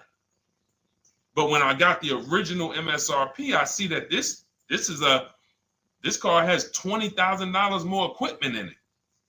MSRP of this car was 105. MSRP of this car is 85. Whoa. And it might not be that dramatic, but sometimes especially on some luxury cars, it will be. It'll be that different. So this is how we gauge value. So when we pull off in the dealership, you see people, they send their numbers. You're going to be quick to write me. Man, I can't wait to write Deshone and tell him about this. I can't wait. Man, you're going to be just like all of these other people, all these people we show. Rosalie, I can't wait to write him because I am confident in my deal now. Like, whoa, bro, I just got a used car. I got 48% off the original price. Man, confidence. Would you bet money that you couldn't have got a better? No, yeah, I bet money, man. I did my research, man. I stayed at home. I used the internet like you walked me through it. There was no better deal. I had to, and you know how I know? There's a couple signals that I look for. People say, man, I had to drive an hour and a half to pick this thing up. I'm like, I know you did it right. People want that neighborhood dealer to be, oh, that's my dealer. You own it? No. Somebody did that. Hey, yeah, I work out with a guy at the gym. He came up to me one day. He said, yeah, because I went to my dealer the other day. And, they was telling me. So when I hear this, that just literally is like, oh, you own a dealership? Oh, no. I mean, you mean the dealer that sells you cars and services? Yes. Okay. See, it's just these are not our friends. People inviting their car salesmen to their barbecues. Start making them bid. Watch how quick you see Charlie is not coming to the barbecues anymore. You got your car salesman coming to the barbecues with you. Hey, how many cars? Oh man, this is Charlie. Charlie, let me introduce you to my neighbor Jane. Charlie's been selling our family cars for years. Charlie's like, yeah, hey Jane. Yeah, hey, listen, Charlie, how long we known each other? Well, I knew your grandfather first. Yeah, listen, Charlie, hey, watch you start one transaction where Charlie gets a message, your message from online. Hey, this is Nicole Stewart. I'm looking for this car. We have all of these templates in my book too, so you don't even have to think about what you're going to write. You just copy and paste them. Hey, phone's going to be ringing for him. Now, we use a shopping email and a shopping phone number. We never give the dealerships our phone number. We don't want dealerships coming to our personal phone number. We use a Google Voice and we create a brand new Gmail. So you look and next thing you know, you're getting a phone call. Hey, Miss Stewart. Hey, Nicole. Calls you by your first name because, he knows your grandfather and everything. Hey, Nicole, I just got the email saying you wanted to get some you were shopping online. Like, what? Come on. So when are you coming in? You come on in. No, actually, I decided I'm going to get a couple offers. I just want to make sure Now Charlie has to compete. Now Charlie has to compete. And you're going to see that Charlie doesn't like to compete. He likes to make you think he gives you a great deal. And what you're going to see is Charlie's not going to win that battle all the time. Now, sometimes they'll go to bat and say, listen, I just got to do. But if he works for an 80% dealer, they're not going to let him go low enough to sell the car to you and win the bid. They're not going to let it happen. He can't do it. And then Charlie, that'll be the last barbecue that Charlie came to. Last barbecue. Oh, man. So, wait a minute, Molly. Pull up Molly on Facebook's comment. Dolan, she just commented. We are live, y'all. This is our Monday, May 12th show. We do these shows from Monday through Thursday, 12 noon to about 1:30. So make sure you set your calendars and tell your friends and family, because they're out there shopping right now and they're getting their heads chopped off. I hope YouTube doesn't censor me for that, but they are. And if we were to look at their car deals compared to what our people are paying, you would be like, yo, they got. So pull up Molly's comment, please. Okay, there we go. After listening to you, okay, I got called in for another option of SUV I ordered, and boom, they had over $6,840 in options. Ceramic coating, tint, theft protection, yet they kept going down on the price but never removed it. I left. See, and this is, so there's two. One thing you did wise was to not take the deal. What I want you to get to is the point where people can no longer waste your time. When you get to a point, see, with all of you using the Cars from Home system in my digital book, it's impossible to have anyone waste your time. Because when they waste your time, they actually still feel like they won. I'm going to tell you why. We're going to sell this car to someone else, and you still need a car. So that's why that's a reason why who's heard wait till the end, this bad negotiating advice, wait till the end to tell them you have a trade. They know that they literally will do this whole negotiation. You've been in there for 3 hours, 4 hours. Now you spring your trade in on them, and they know, well, we don't have to give her what she wants. We don't have to give her $16,000. Yeah, offer her 14. Offer her 14. Because she's been in here negotiating back and forth. We already dropped our price a little bit. We still got profit we're making, but listen, let's try to make some of that back on the trade-in. All right, offer her 14. Now you've been in here and you're like, no, wait, I know I could get 16 for it. Listen, the car's worth 14. I mean, listen, if you could get 16, God bless. Now they're in a position of strength, because if you walk away, you still need a car. You've wasted hours of your time. And if you take the deal, they won. So it's like some people be like, man, because that's what they're thinking about. You know how many people say, Dad, all right, I know I feel like I could get 16, but do I really want to go through this all over again? All right, let's just do the deal. Lost. Didn't get the money for their trade-in. Have no idea if they're getting a good price on the new car. They haven't gotten other offers. That's the car business. That's what 95% of people do. That's the car business. Leave thousands on the table. And now we can talk about the 3 pillars of great car deals, because that actually ties into what we're talking about here. Thank you, Nicole. Thank you. Helping out the community. Listen, I help everybody willing to listen. I have the benefit of actually teaching something that is so effective. I get hundreds of people that write me and send me deals and get results. So I have a real-time gauge on how we're doing. Real time. Versus somebody who sells stuff, but they don't really care about the result. So you'll buy stuff and you're like, whoa, this is not the result I thought I was going to get. All we do is hold ourselves accountable to the results. And as long as we keep getting these emails in, as long as we keep getting people writing us, taking pictures, sending stuff, we know people out here getting the same types of deals that I would be getting. And that's what I want. I don't want anyone taking a deal that I wouldn't take. As somebody who's done thousands of transactions with Mercedes and General Motors, leased 7 cars. I'm the one my friends call. They've been calling me for 7 years, 8 years. Deshone, all right, man, I need a car. I'm good. Listen, this is what I do. And the way that we give them peace of mind is the comparison offers. You only have peace of mind with comparative offers. There's nothing else. That's why you can buy spaghetti sauce, and that's why you can buy a TV on Amazon in 5 minutes, 10 minutes. Because you're going to go through, boom, okay, all right, let me check Walmart.com. All right, let me check this site. All right, let me check this site. All right, this one's the best. You spend $800, $400 in 15, 20 minutes.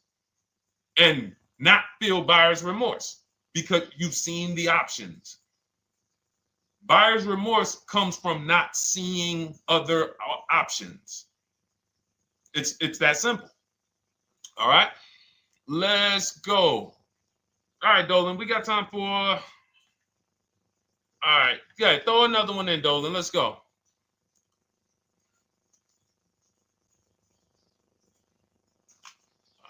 right. Okay, 2015 Mercedes-Benz C-Class C300. Hey, wait a minute. R. Hunter Photography. Just got the book, and I'm looking forward to reading it.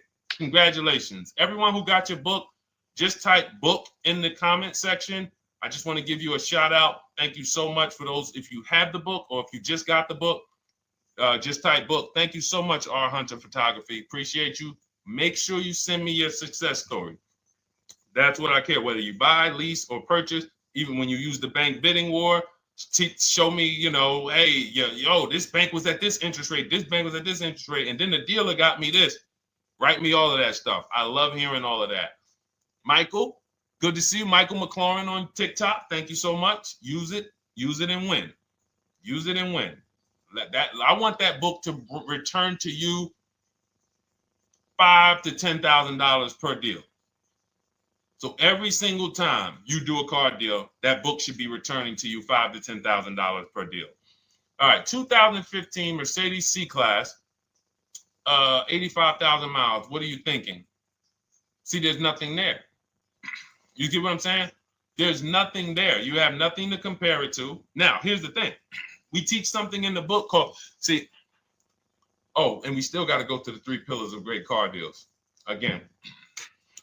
But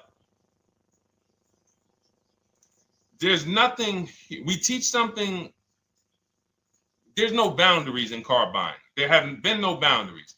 For example, let's talk about the most expensive purchase most people make. Now, in this case, sometimes it's people's cars because people aren't buying houses as much as they used to.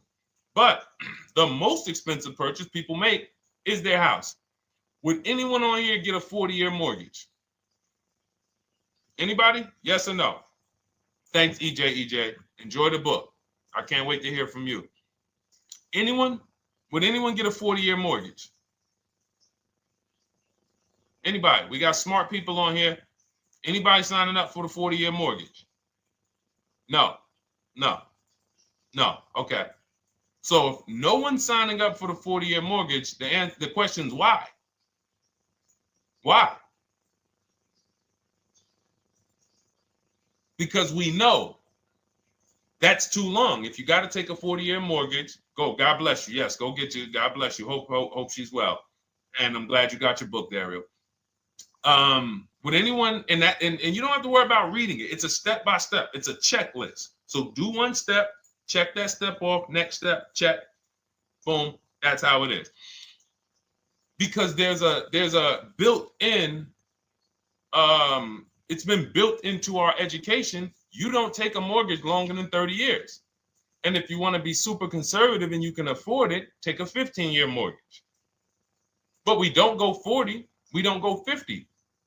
They're available.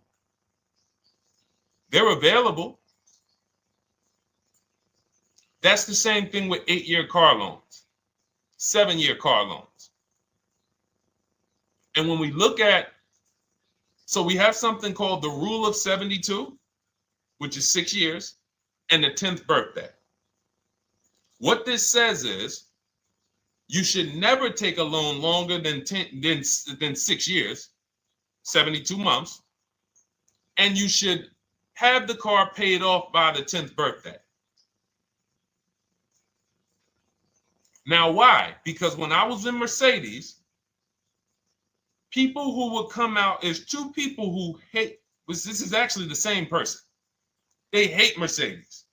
They hate BMW. Why?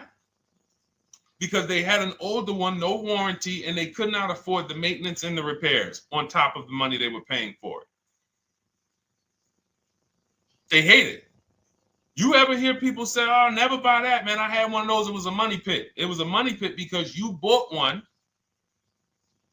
that you wanted to shoehorn your way into the car. You couldn't afford the one that had the warranty, 3 years, 4 years old, buy an extended warranty, keep it 8, 9, 10 years, pay the car off in 5 or 6, and then you have, a couple years with no payment. You still have money to the side for your maintenance and your repairs when things go wrong. No, you bought one right from the start with no warranty because you wanted to be in a Mercedes. And they come out crying. You could just see it welling up in their eyes. We know, we've seen it too many times. That's a brand that people without any affordability index, they're going to buy cars that they cannot afford because they can afford the payment. And the saying is, if you can't afford to maintain it and repair it, you can't afford the car. So we never want a car that has a loan on it past the 10th birthday. That's an affordability gauge. That means I'm looking at a 6-year-old car. Car is 6 years old. 4-year loan. The amount of the number of years on the car, and this is in my book. Nothing I'm telling y'all is me coming off the top of my head or off the fly. I'm teaching you out of my book. That's what these shows are. I'm literally, when you are reading the book, I remember Deshone talking about this on the stream. Oh, I remember Deshone said this on the show. Everything I'm teaching you on the show is my book. So you can understand. I'm not winging any of this stuff. But when you look at the rule of 72 on the 10th birthday, it says the age of the car and the number of years on the loan should not go past 10. So if you're looking at a 5-year-old car, that already says my budget can only afford 5 years old. Like I can't get 4 years, 3 years old, which means I need a 5-year loan. If I'm looking at a 4-year-old car, I could do a 10-year loan. I mean a 6-year loan, because that's under 10. If I'm looking at a 3-year-old car, I can do a 6-year loan. 2-year-old car, 6-year loan. But if I'm looking at a 7-year-old car, 3-year loan. And what you're going to see is, wow, when I use that, Deshone, I see there's certain cars I can't afford. Correct. Correct. Because you can't afford the car to begin with if you need to get a 6-year loan on a 7-year-old car. Does that make sense? Type $ if that makes sense. Type a $ if you're getting this. Type a $ and let me know you're getting this. Never heard of a 40-year mortgage. Exactly, Artelis on Instagram. I didn't hear about it until I started teaching this. Because the reason we created the rule of 72 on the 10th birthday is because we wanted to bring the same standards that they have in mortgages to the car business. There are people who only get a 3-year loan on a car or a 4-year loan on a car. That's like a 15-year mortgage, short-term mortgage. And then there's people who say, all right, I want to do a more average 5 or 6-year loan. That's your 30-year mortgage. But when you start going to 7-year loans, that's 84 months on a car, you're moving to like a 40-year mortgage. You are going past affordability. This is a sign. This is a red flag. I cannot afford this car. I cannot afford this car. Let me look at less car. Let me look at what I can sacrifice. We talked about that earlier. Can I sacrifice size? You don't usually want to do that unless you're getting a car that's just big for no reason. Oh, I just like big cars. Well, you might not want to get a big car in this time. You might want to go smaller. But never get a car that doesn't cover your needs in terms of size. What you really want to look at is amenities. All right, I don't need the big sunroof and the leather and all of this stuff. You know what? Let me go to the next amenities down. Class. So you're like, oh man, I'm used to driving Lexus. I'm used to driving Mercedes. I'm used to driving Genesis. I'm used to driving Infiniti, Acura. No, maybe you got to go down to the next class. You'll save $5,000-$7,000 going to a lower class of vehicle. These are the things that you want to be looking at. This is how you want to approach. This is how you don't. This is how we win. This is how you understand your car transactions versus just like, all right, it's time to get a car. Can you just do this for me, Mr. Person who I know is going to make money on me, and it's your job to make money and they're going to fire you if you don't make money on me? Could you just get me the best deal possible? No. DJ EJ, thank you. Ray, getting value out of it. I see you. Awesome. Deshone, how much should we try to negotiate out the door? That's a bidding process. See, that's a feeling for, we don't worry about that. I'm going to tell you why. Some deals, their best deal is going to be $10,000 off. Some cars, the best deal is going to be $5,000 off. Give you an example. In some deals, the best deal is going to be, you're not ready for this, almost $30,000 off. Now, let me show you each one. So when you look at, where's Tiffany? So Tiffany, no, that's Chris. Hold on. That's Kanika. Oh, wait a minute. All right, let's go to the. So the question you're asking reflects normal negotiation, which is we're feeling for the bottom. We don't really know where the bottom is. We're feeling for the bottom. And you're feeling for the bottom, it's a losing strategy because you don't know how deep, you don't know how low the bottom is. When you feel like in your gut, okay, I think this feels like the bottom, you take the deal. Losing strategy. Because the bottom is different for everyone. So you look at somebody like Sean. Sean gets 15, he bought an F-150 Lightning. He got, with the discount from the dealer and the hidden money, unadvertised rebates, over $20,000 off his F-150 Lightning. Over $20,000 off. Now, you look at somebody who, let's see if we can find Kimberly. Kimberly, when she got her Maserati, I love just keeping Kimberly up because she's like, you know, she got over $20,000 off her brand new Maserati when she got it, even though it was last year. But I want to look for a smaller deal. So I think I might have took Tiffany's down. Hold on. Because Tiffany got a Mazda. Hold on. I used the strategy in your book. Hold on. Tiffany got a Mazda, and when she got her bids, her best offer was $6,300 off. That was the best offer on that car. But she had other offers that were $3,000 off, $2,000 off, sticker price, over sticker. That was $63,000 off, $6,300 off. Then you look at somebody like Milligan. Milligan got the biggest discount I've ever seen in my life. She got a $79,000 car. She got her bids, and she got almost $30,000 off. It's $79,000. She paid $51,359. Brand new car. Brand new car. Brand new car. So do you see that if we're trying to feel for the bottom, let's say you think, all right, $3,000 off. I guess that's a good deal. You're getting beheaded. So we cannot feel for the bottom. That is buyer's remorse prone. That is how we have buyer's remorse. The only thing we do is we sit at home, we get bids. That's the name of the game. When you are getting bids, life changes. You now know, oh, this deal is taking off 8. This deal is taking off 2. This deal is taking off 8. This deal is taking off 10. This deal is taking off nothing. Oh, the $10,000 dealer wins the bid. You took off $10,000. That was the bottom. And again, we use the 25-to-5 strategy where I show you how to connect with 25 dealers in 20 minutes from home. You get your bid. You want to call around, do it by phone, call and get your bid by phone. We do this by email without talking. That is what's in my book. That's how we do it. So everything we talked about is in my new digital book. Cars from Home, 7 Steps to Saving Time, Money, and Avoiding Dealerships. Normally $97, part of our welcome offer. You get your copy for $24. That's 75% off. In my TikTok bio, click that link. My Instagram bio, click that link. Or YouTube comments and the Facebook comments, deshonsbook.com.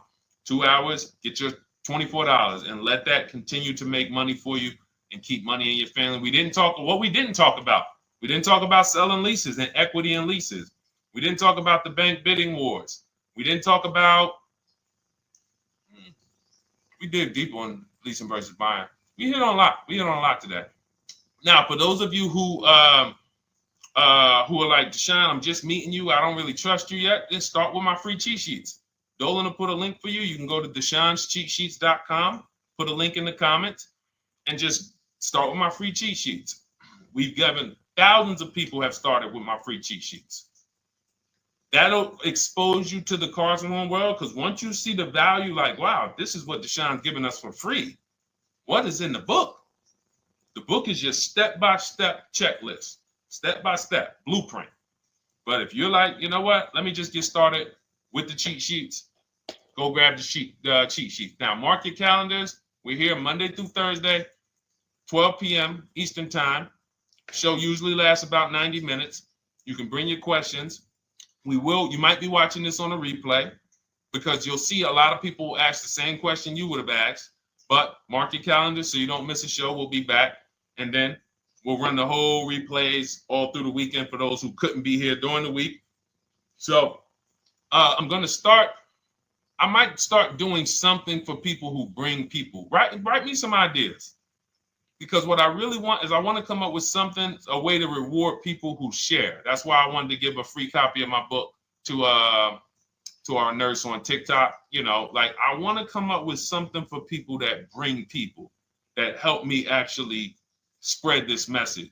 DM me some ideas, and I'll watch that. I can't read all the DMs, but I will certainly start that DM with, you know, I have an idea, and then I'll know that's you, because I want to come up with something specifically for the people who share. All right. I'll see y'all tomorrow. Thanks for watching. This has been our show. Congratulations to everybody that got the book. Make sure you send me your success stories. Email me when you get your cars. I want to hear all about it. All right. God bless you.